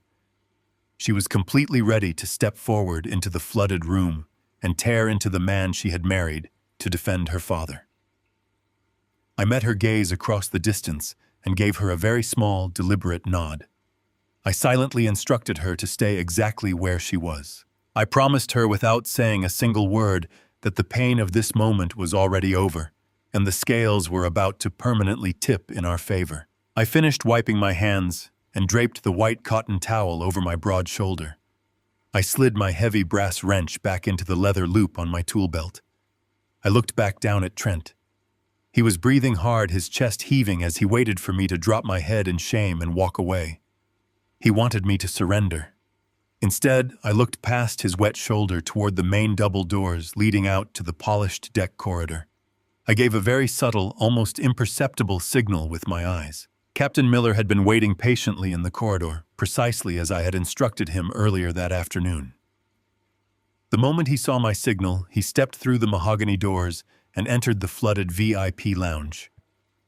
The change in the atmosphere was immediate and absolute. Captain Miller was a towering figure of true maritime authority. He wore his immaculate formal white dress uniform. The crisp fabric was perfectly pressed, and the 4 thick gold stripes gleamed brightly on his shoulder boards. The heavy brass buttons of his jacket caught the ambient light, commanding instant respect. The wealthy investors immediately parted ways to let the captain pass. They instinctively recognized a man who held real, tangible power. Captain Miller walked with the steady, measured stride of a man who controls thousands of tons of steel on the open ocean. Trent turned his head and saw the captain approaching. A brief flicker of arrogant relief flashed across Trent and his pale face. He honestly believed the captain had finally arrived to escort the dirty mechanic off the upper decks. He puffed out his chest and opened his mouth, preparing to order the captain to have me thrown off the ship for ruining his prestigious event. I did not give Trent the opportunity to speak another single word. I locked my eyes directly onto his. I stripped away the quiet, humble persona of the simple suburban grandfather I had worn for the past 5 years. I let my shoulders broaden and my posture straighten to its full, imposing height. I looked at him with the complete, crushing weight of a man who had built a massive global engineering empire from absolutely nothing. I spoke. My voice was no longer the soft, gentle tone I used when repairing a wooden porch. It was a deep, resonant baritone that carried the undeniable weight of ultimate authority. I told him he was right. I told him that plumbers truly do not have a place in a room reserved for owners. I let that sentence land directly on his chest. Trent blinked rapidly. His brow furrowed in deep, frantic confusion. His desperate brain tried to process the geometry of my words, but the math simply was not making any sense to him. Then I delivered the final devastating strike. I kept my eyes locked onto his terrified face, and I told him that this is my yacht. Trent froze completely. The remaining color drained rapidly from his cheeks, leaving him looking like a sick, hollow ghost. His jaw went slack. He tried to let out a dismissive laugh. He tried to turn his head toward the wealthy investors to tell them I was just a crazy old man making a pathetic joke. But nobody in the room was looking at him. Nobody was laughing.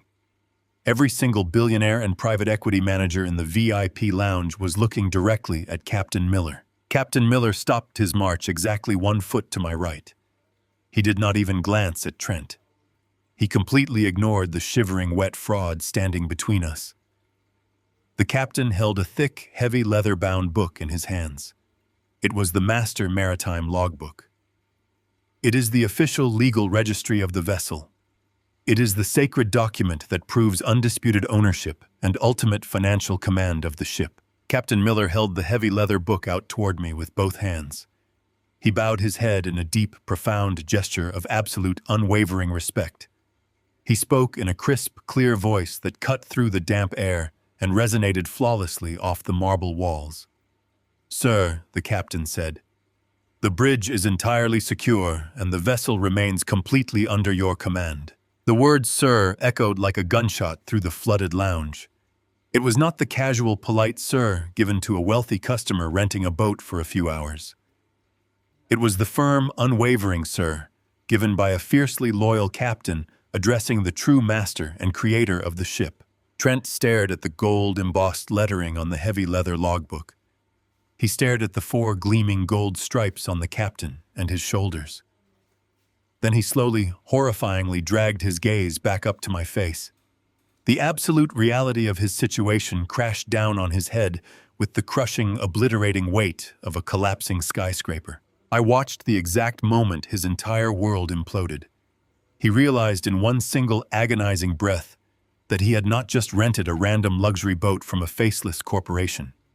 He had taken his stolen money, his forged mortgage documents, and his desperate web of lies directly into the impenetrable fortress of the very man he had spent years treating like dirt.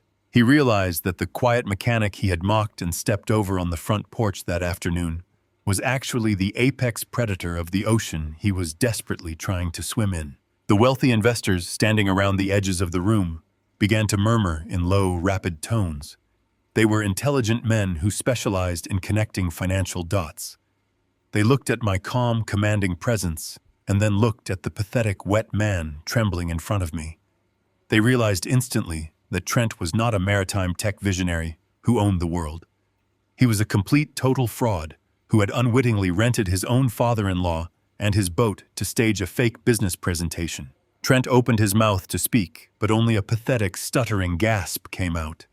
He took a stumbling step backward, his wet Italian shoes slipping slightly on the ruined silk rug.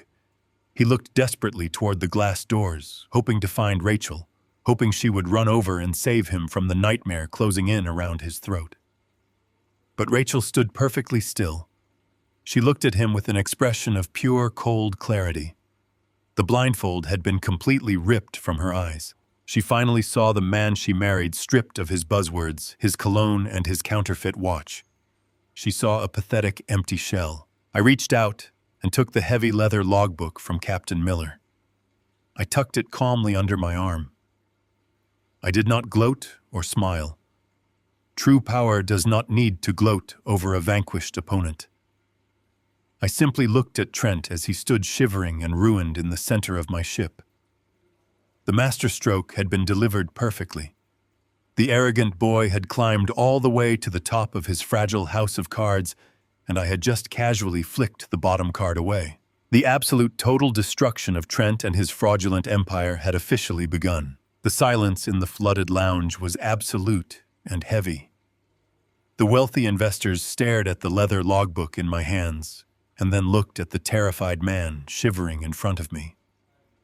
Trent opened his mouth, but his voice failed him completely. He looked like a fish gasping for air on a dry dock.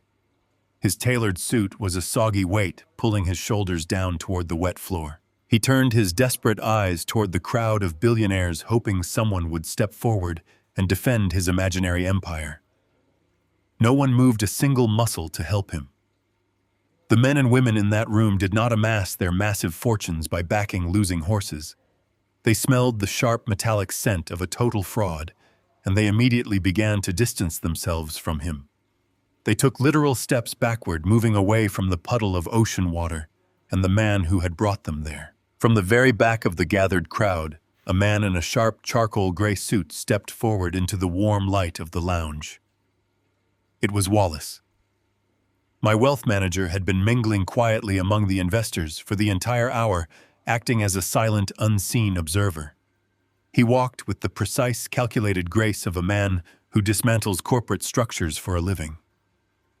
Under his left arm, he carried a large stack of sleek black presentation folders. He did not look at Trent. He looked directly at the most prominent investors in the room. Wallace stopped next to the older gentleman who had praised my plumbing work just minutes earlier. He smoothly handed the man the first black folder. He then moved methodically through the small crowd, distributing the remaining folders to the key financial targets Trent had spent months courting with expensive dinners and hollow promises. Trent watched Wallace hand out the documents with sheer, unadulterated panic radiating from his pale face. The color completely drained from his cheeks.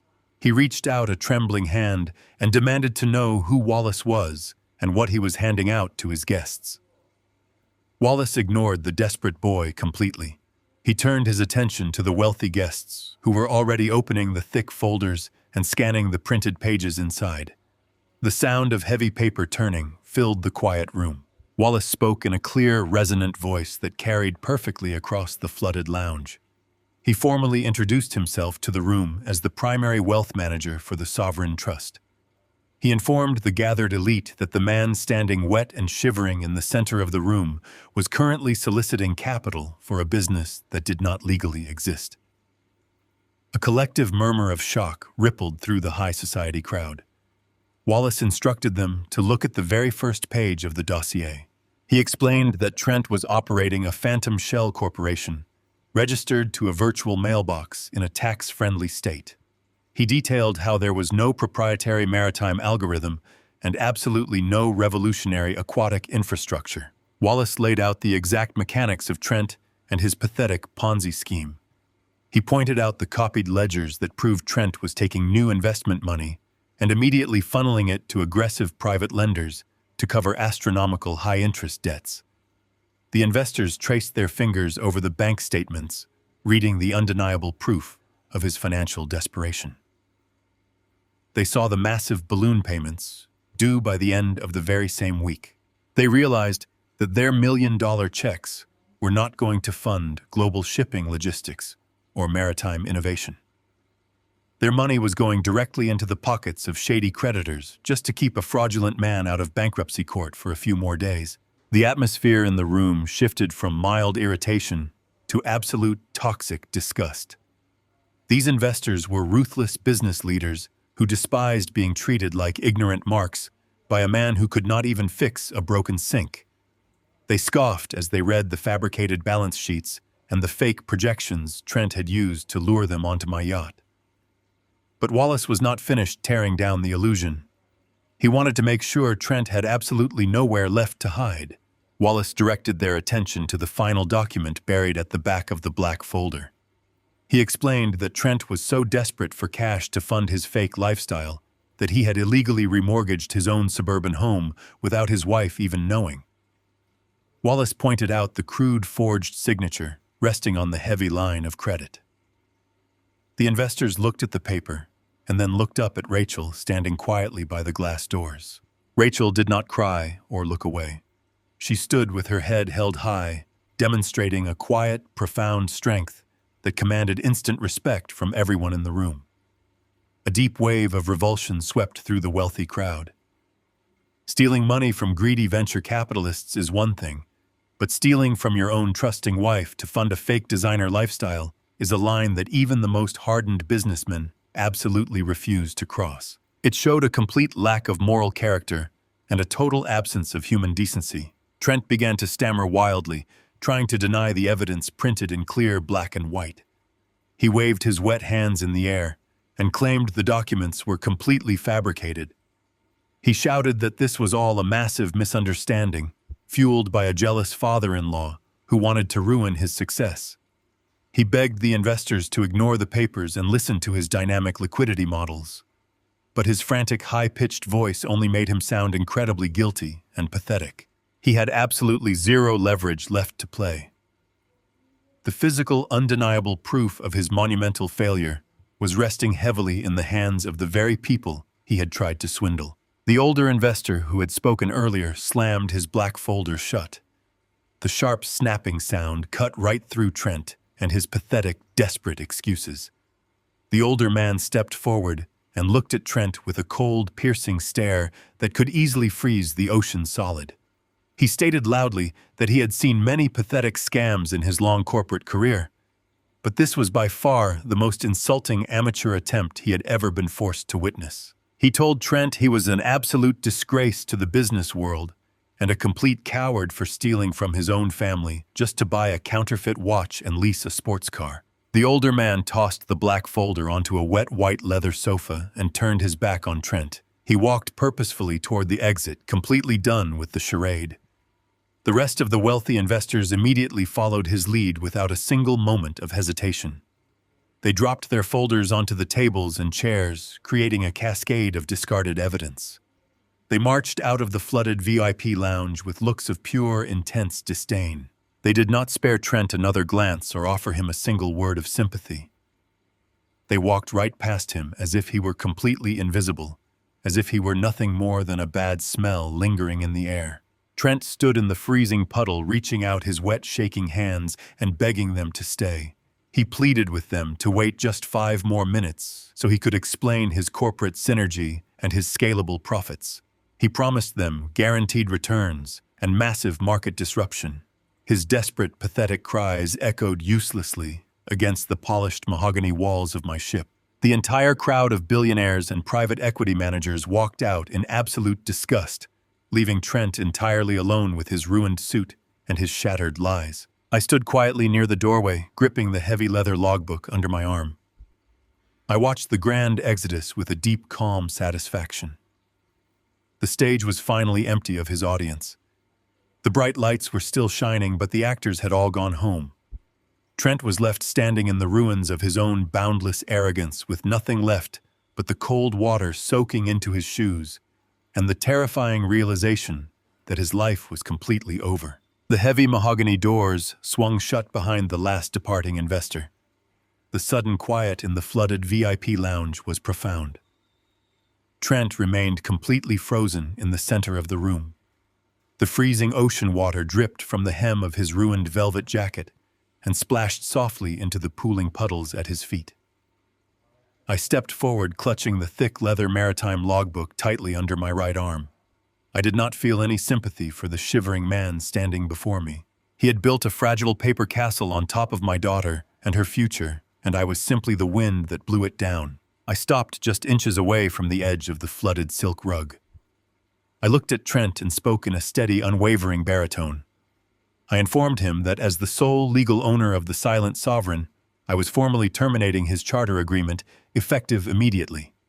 I stated clearly that the termination was due to a severe breach of contract and blatant fraudulent intent. I explained that using stolen funds and forged financial instruments to secure a maritime lease invalidates every single protection a standard renter might claim to hold.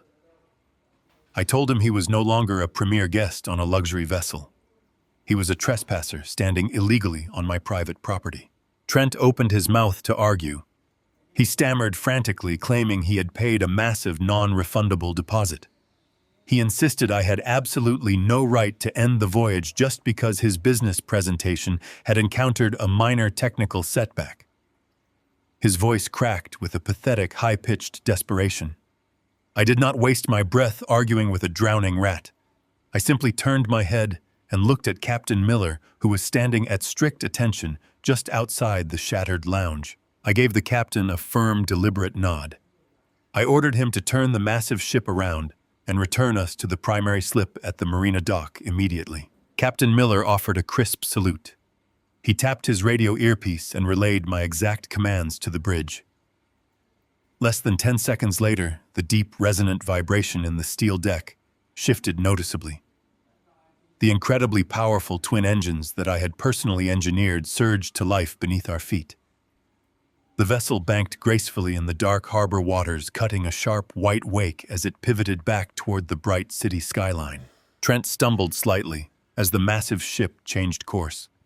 He reached out to grab the edge of a white leather sofa to steady himself, leaving a dark, wet handprint on the pristine upholstery. He turned his desperate, frantic eyes toward Rachel. She was still standing near the outer glass doors, completely untouched by the flood. Trent begged her to say something. He pleaded with her to tell me to stop the ship and let him salvage the evening. He promised her that he could fix the broken deals and secure the funding if they just had one more hour on the water. He swore he would pay off the forged mortgage before the bank ever noticed. Rachel did not scream. She did not throw her glass of sparkling water in his face. She simply looked at him with an expression of profound, complete emptiness. The man she had loved was entirely gone, replaced by a shivering, pathetic stranger. She placed her glass gently onto a dry marble table. She told Trent that she never wanted to hear his voice again. She turned her back on him and walked slowly out of the lounge, descending the spiral glass staircase toward the lower decks to wait for our arrival at the marina. She left him completely isolated in the ruins of his grand illusion. The short journey back to the dock felt like an agonizing eternity for my arrogant son-in-law. The crew members entered the VIP lounge carrying heavy wet vacuums and thick cotton towels. They completely ignored Trent, stepping around him as if he were nothing more than an inconvenient piece of broken furniture. They bumped his shoulders with their equipment and forced him to retreat into a small dry corner near the shattered bathroom. He stood shivering uncontrollably, wrapping his arms around his soaked velvet jacket. The crisp night air blowing through the open glass doors chilled him to the very bone. I stood on the outer deck, leaning against the polished teak railing, and watched the glowing lights of the marina grow closer. The massive ship glided perfectly into the premier slip. The heavy diesel engines dialed back into a low, steady purr. The deckhands moved with rapid, synchronized precision, tossing the thick mooring lines over the iron cleats on the concrete pier. The heavy grand boarding ramp was lowered into place with a loud final mechanical thud. The voyage was officially over. I walked back into the lounge and pointed a calloused finger directly at the open boarding doors. I told Trent to get off my ship. He hesitated, looking around wildly for a briefcase or a coat he could grab to preserve some tiny shred of his dignity. But he had brought absolutely nothing aboard except his boundless arrogance and a head full of lies. Trent shuffled slowly toward the exit. His ruined Italian shoes squeaked loudly against the wooden planks. He walked down the grand teak ramp completely alone. There were no valets waiting to greet him. The wealthy investors had already fled the marina in their luxury sedans, leaving the concrete pier entirely deserted. The amber streetlights cast a long, pathetic shadow behind him. Trent stopped at the bottom of the ramp and turned back to look at the massive, gleaming hull of the yacht. He looked up at me, standing tall and resolute on the upper deck. The cool ocean breeze ruffled my faded gray work shirt. I looked down at the shivering, ruined fraud standing in the puddles on the concrete dock. I reached out and pressed a small button on the security panel near the railing. The heavy automated gates at the top of the boarding ramp slid shut with a sharp, metallic clack, locking securely into place. I turned around and walked back into the warm light of my vessel, leaving Trent completely stranded and entirely humiliated in the cold, dark night. I walked back into the warm, illuminated corridor of the main cabin, fully expecting the nightmare to be over. I believed the cold reality of the dark marina would force the arrogant fraud to simply slink away into the shadows of the city. But a desperate man facing total annihilation does not walk away quietly. A man who has just watched his entire fake empire crumble into dust will lash out with the vicious, unpredictable energy of a cornered predator. The heavy automated gates at the top of the boarding ramp had locked securely into place, but they could not block out the sound of his voice. Trent began to scream. The aggressive, frantic noise echoed violently across the quiet marina, bouncing off the pristine white hulls of the nearby docked vessels. He shouted my daughter and her name over and over again into the crisp night air. He demanded that she come back out and face him. He yelled that he was not going to be discarded like a piece of garbage on the side of the road. I stopped in the middle of the polished hallway and listened to his pathetic, furious tantrum. I felt a deep, protective anger rising in my chest. I wanted to march back out there and silence him permanently. But Rachel walked up beside me and placed a gentle hand on my arm. Her face was incredibly pale, and her eyes were rimmed with red, but her jaw was set with absolute, unbreakable determination. She told me she needed to go back out there. She explained that she needed to look him in the eye one last time to sever the invisible, toxic cord that had kept her trapped in his illusion for so long. She needed to end the marriage on her own terms. I nodded slowly, deeply, respecting her courage. I walked with her back out onto the open deck, and we stood together at the top of the grand teak ramp, looking down at the shivering man below. Trent saw Rachel stepping into the bright ambient glow of the deck lights, and his entire demeanor shifted in a fraction of a second. He desperately tried to reconstruct his charming, manipulative mask, but the facade was completely shattered and useless. He took a stumbling step toward the locked metal gates. His ruined velvet tuxedo jacket hung heavily off his shoulders, and his wet Italian shoes squeaked loudly against the concrete pier. He raised his shaking hands in a gesture of pathetic surrender. He begged Rachel to listen to his side of the story. He claimed that every single illegal thing he had done was purely out of his massive love for her. He swore he only borrowed the dangerous money and faked the business documents because he wanted to give her the luxurious life she truly deserved. He said he was just trying to build a massive global empire so they could travel the world and never worry about anything ever again. He pleaded with her to walk down the ramp and leave the marina with him. He promised they could pack their bags and start over fresh in a brand new city where nobody knew about his failures. Rachel looked down at him with a gaze so incredibly cold and steady, it could freeze the ocean completely solid. She did not raise her voice or shed a single tear. She spoke clearly and deliberately, ensuring her words carried down to the dock. She told him that she never once asked for an empire. She said she only ever asked for an honest and faithful partner. She told him that he did not forge her signature on a massive bank loan out of love or devotion. He did it out of sheer bottomless cowardice and blinding greed. She informed him that their marriage was completely and totally over. She demanded that he leave the marina immediately before she called the local port security to have him forcibly removed for trespassing. The absolute finality of her rejection hit Trent like a physical, crushing blow. The pathetic, pleading mask melted away entirely, revealing the ugly, venomous core of his true character. He realized charm and manipulation would never work on her again. If he could not charm his way out of the total disaster, he decided he would use brute force and psychological terror. Trent let out a dark, bitter laugh that sounded exactly like scraping rusted metal.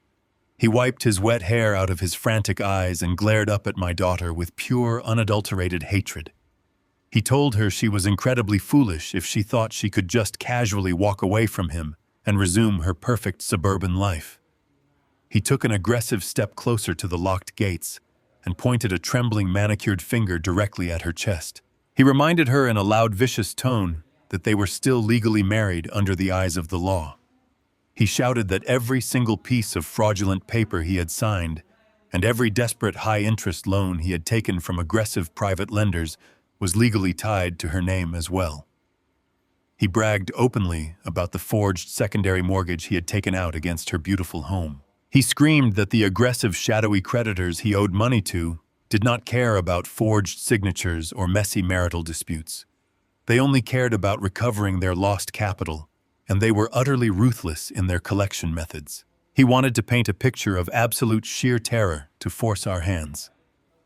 He told Rachel that when he inevitably defaulted on the massive balloon payments due at the end of the week, those ruthless men would come directly to her house. He detailed exactly how the bank would swiftly foreclose on the property and how the city bailiffs would throw all of her precious belongings out onto the front lawn. He said the creditors would mercilessly garnish her modest teaching salary. He swore they would ruin her pristine credit score and completely destroy her financial future for the rest of her natural life. He wanted her to feel the exact same suffocating panic that had been crushing his chest for months. Rachel stood frozen at the top of the ramp. The cruel reality of his threats washed over her. She knew he was a liar, but she also knew the legal system could be incredibly slow and brutal when sorting out joint marital debt. Trent saw the brief flicker of fear in her eyes, and he smiled an ugly, triumphant smile. He shifted his dark, manic gaze from my daughter directly to me. He had finally found the only piece of leverage he had left in the entire world, and he gripped it like a lethal weapon. He looked up at me, standing tall and silent on my luxury yacht. He sneered, showing his teeth like a rabid, cornered animal. He yelled that he knew exactly how much power and money I was hiding in my secret offshore trust. He stated that a man who owns a multi-million-dollar vessel and commands a dedicated crew can easily afford to write a simple check to make a massive problem disappear forever. He laid out his desperate extortion demand right there on the damp concrete dock. He commanded me to pay off his entire $300,000 debt to the aggressive private lenders immediately. He demanded that I contact the commercial bank and completely clear the forged mortgage he had taken out against the suburban house. Furthermore, he insisted that I give him an extra $200,000 in untraceable cash so he could leave the state and start his fraudulent life over again. He presented it as a simple business transaction. He promised that if I paid his massive ransom, he would sign the divorce papers quietly and walk away from Rachel forever without a single fight. But if I refused to bail him out, he swore to God he would file for immediate bankruptcy. He threatened to intentionally drag my only daughter down into the muddy financial abyss right alongside him. He promised to tie her up in vicious, lengthy legal battles for a decade, making absolutely sure she paid for his failures with her own endless pain and public humiliation. I stood on the polished teak deck and listened to his entire disgusting proposal. I felt the familiar protective rage flaring hot and bright in my chest. The primitive instinct of a father urged me to vault over the metal railing, march down the ramp, and physically crush the breath out of his lungs. I wanted to throw him directly into the freezing dark harbor waters and watch him sink under the weight of his ruined velvet suit. but a man who operates under the influence of raw anger always makes foolish mistakes. I took a slow, deep breath and forced the rage down deep into my stomach. I maintained my icy, impenetrable calm. I looked down at Trent, and I did not see a dangerous predator. I saw a remarkably stupid man who had just publicly confessed to extortion, blackmail, and financial fraud in front of witnesses. I placed my hand gently on Rachel and her shoulder, feeling the slight tremor of fear running through her body. I needed her to know that this man had no real power over her anymore. I whispered quietly to her, ensuring my voice did not carry down to the dock. I told her that a threat from a drowning man is nothing but air and water. I reminded her of the promise I made in my living room earlier that afternoon. I had sworn to sever him completely from her life, and I intended to keep that promise with absolute surgical precision. Trent continued to shout his demands from the pier, demanding an immediate answer. He slapped his wet hands against the metal gates, commanding that I agree to his ransom. I simply stared at him, letting his frantic energy burn itself out against the cold steel of my silence. He thought he had backed me into a corner. He actually believed he was going to walk away from the marina with $500,000 of my hard-earned money. He had absolutely no idea that while he was standing on the dock screaming his demands, my wealth manager Wallace was already standing just inside the main cabin doors, meticulously recording every single word of his desperate criminal threat. I looked Trent dead in the eyes and prepared to drop the final legal guillotine on his neck. I looked down at Trent as he stood on the damp concrete pier, panting heavily after delivering his furious extortion demand. He honestly believed he had just executed a brilliant masterstroke. He thought he had backed an old mechanic into an inescapable corner. He was expecting me to crumble under the weight of his psychological terror and offer him a blank check to save my daughter from financial ruin. Instead, the heavy glass doors of the main cabin slid open behind me with a soft, mechanical hum. Wallace walked out onto the polished teak deck, stepping into the cool night air.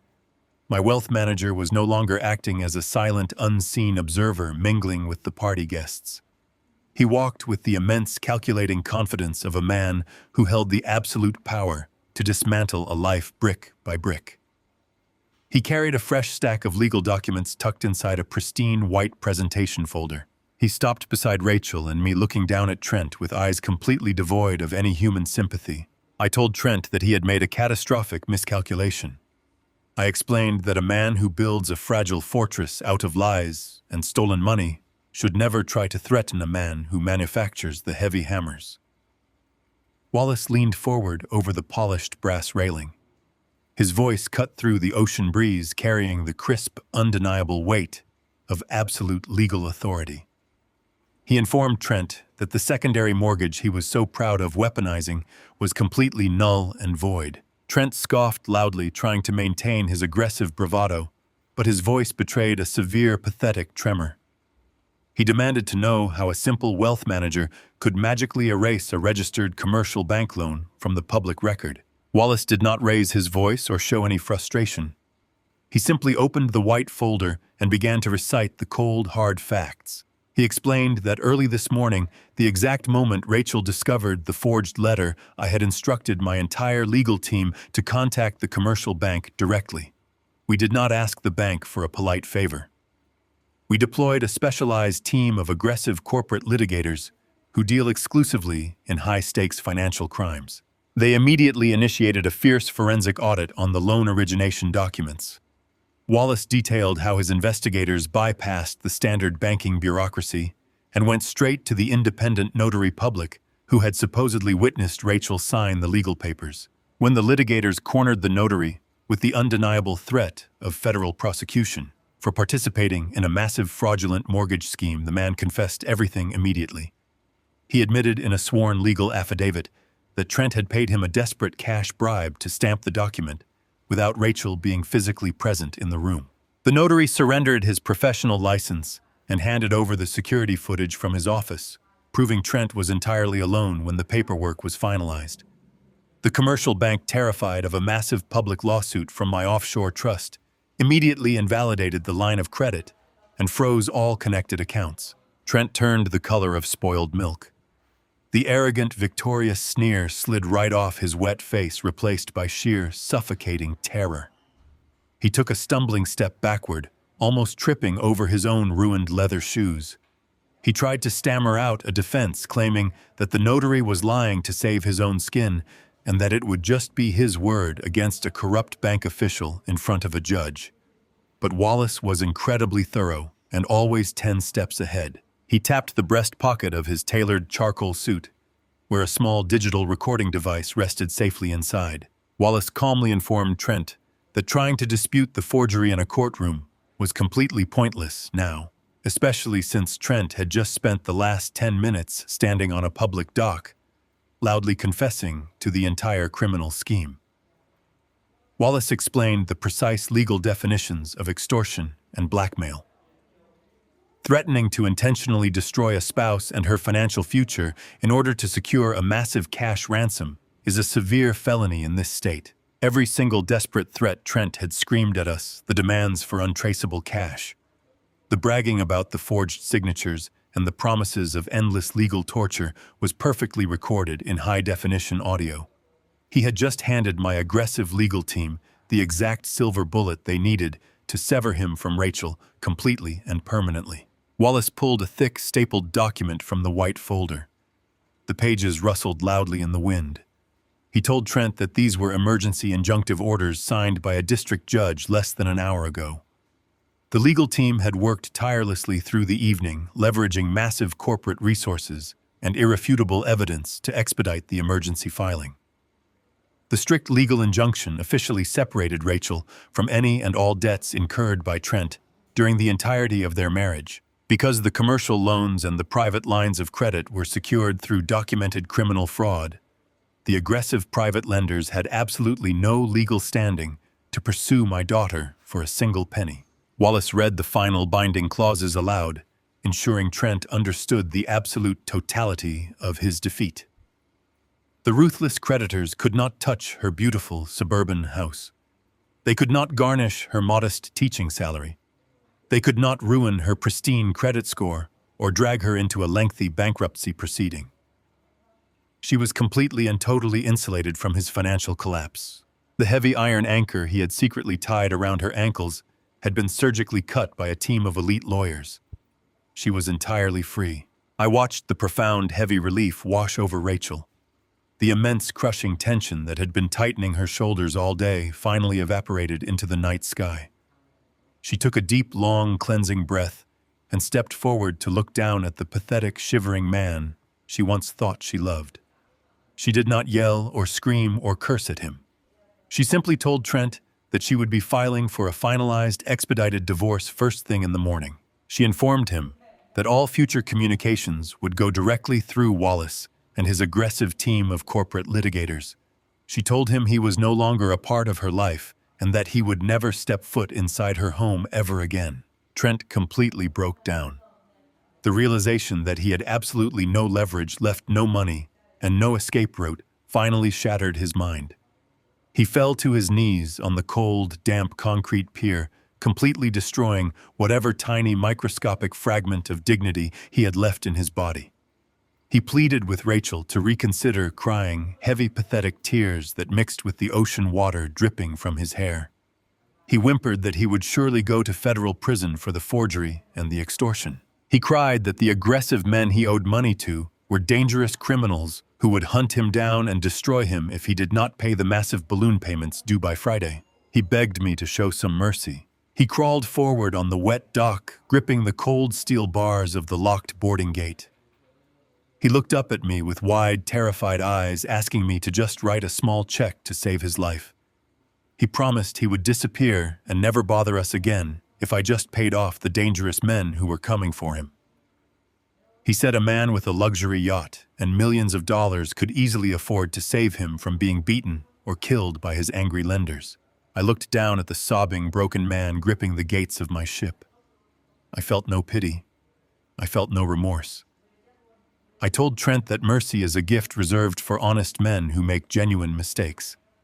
I told him that men who steal from their own family, who manipulate the women who love them, and who try to extort innocent people do not get to beg for salvation when the consequences finally catch up to them.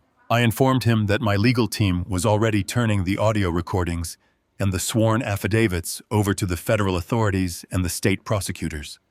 I told him he should probably stop crying on the dock and start running because the police and his violent private lenders would be racing to see who could find him first. I turned my back on the pathetic, sobbing mess of a man. Rachel hooked her arm gently through mine, and Wallace closed his white presentation folder. We walked together back into the warm, glowing interior of the main cabin, leaving Trent entirely alone on his knees in the dark. The legal guillotine had fallen with absolute perfect precision, entirely severing the rotting branch from our family tree. The days following the yacht party moved with a swift and brutal efficiency. Trent found out very quickly that the men who lend money in the shadows do not care about excuses or fake corporate synergy. When Friday arrived and his massive balloon payment failed to materialize, his aggressive private lenders did not send polite collection letters. They sent terrifying men to the sleek downtown office space he was leasing. Trent was forced to abandon his fake corporate headquarters, leaving behind his glossy marketing brochures and his expensive espresso machines. He had to flee his own life. He tried to check into a cheap roadside motel on the edge of the city, but the commercial bank had completely frozen his personal accounts. His shiny golden credit cards were reduced to useless rectangles of plastic. The man who had worn custom bespoke velvet suits and sipped imported champagne was suddenly sleeping in the back seat of a leased sports car that he could no longer even afford to refuel. The federal authorities moved in before the weekend was over. Wallace and his relentless legal team had handed the state prosecutors a pristine mountain of irrefutable evidence. They delivered the forged mortgage documents, the fake corporate filings, and the crystal-clear audio recordings of the extortion attempt on the marina dock. Federal agents located Trent sleeping in that leased sports car at a desolate highway rest stop. They did not treat him like a maritime tech visionary. They pulled him out into the cold morning air and placed his wrists in heavy steel handcuffs. Trent tried to charm the federal agents. He tried to use his empty corporate buzzwords to explain away the massive financial fraud, but federal prosecutors do not care about dynamic liquidity models. They only care about wire fraud, identity theft, and criminal extortion. Because Trent had absolutely no assets left to hire a high-priced defense attorney, he was assigned a deeply overworked public defender. His lawyer took one look at the mountain of forensic evidence and advised him to plead guilty and pray for the mercy of the court. The judge, however, did not show him much mercy. The legal system operates slowly, but it operates with a crushing weight. Trent was granted a heavily monitored pre-trial release under the strict legal condition that he secure lawful employment immediately. He was ordered by the court to begin paying mandatory restitution to his victims while awaiting his final sentencing. He was ordered to surrender his passport and wear a bulky plastic tracking monitor securely fastened around his ankle. The sleek European sports car was swiftly repossessed by the dealership. His expensive tailored wardrobe and his counterfeit designer watches were seized and auctioned off to cover his mounting court fees. Trent was completely stripped of his artificial armor. He was forced to walk the city streets looking for anyone willing to hire a disgraced man facing severe federal felony charges. No corporate office would even look at his resume. No tech startup would return his frantic phone calls.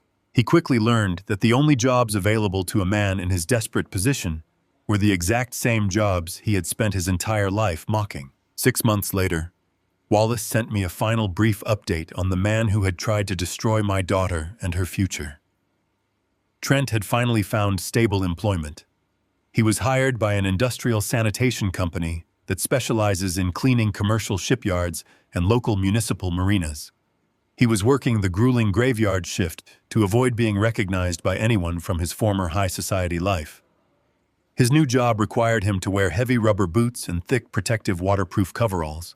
He spent his long dark nights hauling heavy industrial hoses and scrubbing the thick, foul-smelling algae and toxic sludge off the concrete piers. He was doing exhausting, back-breaking manual labor for absolute minimum wage just to keep himself out of a federal holding cell before his trial.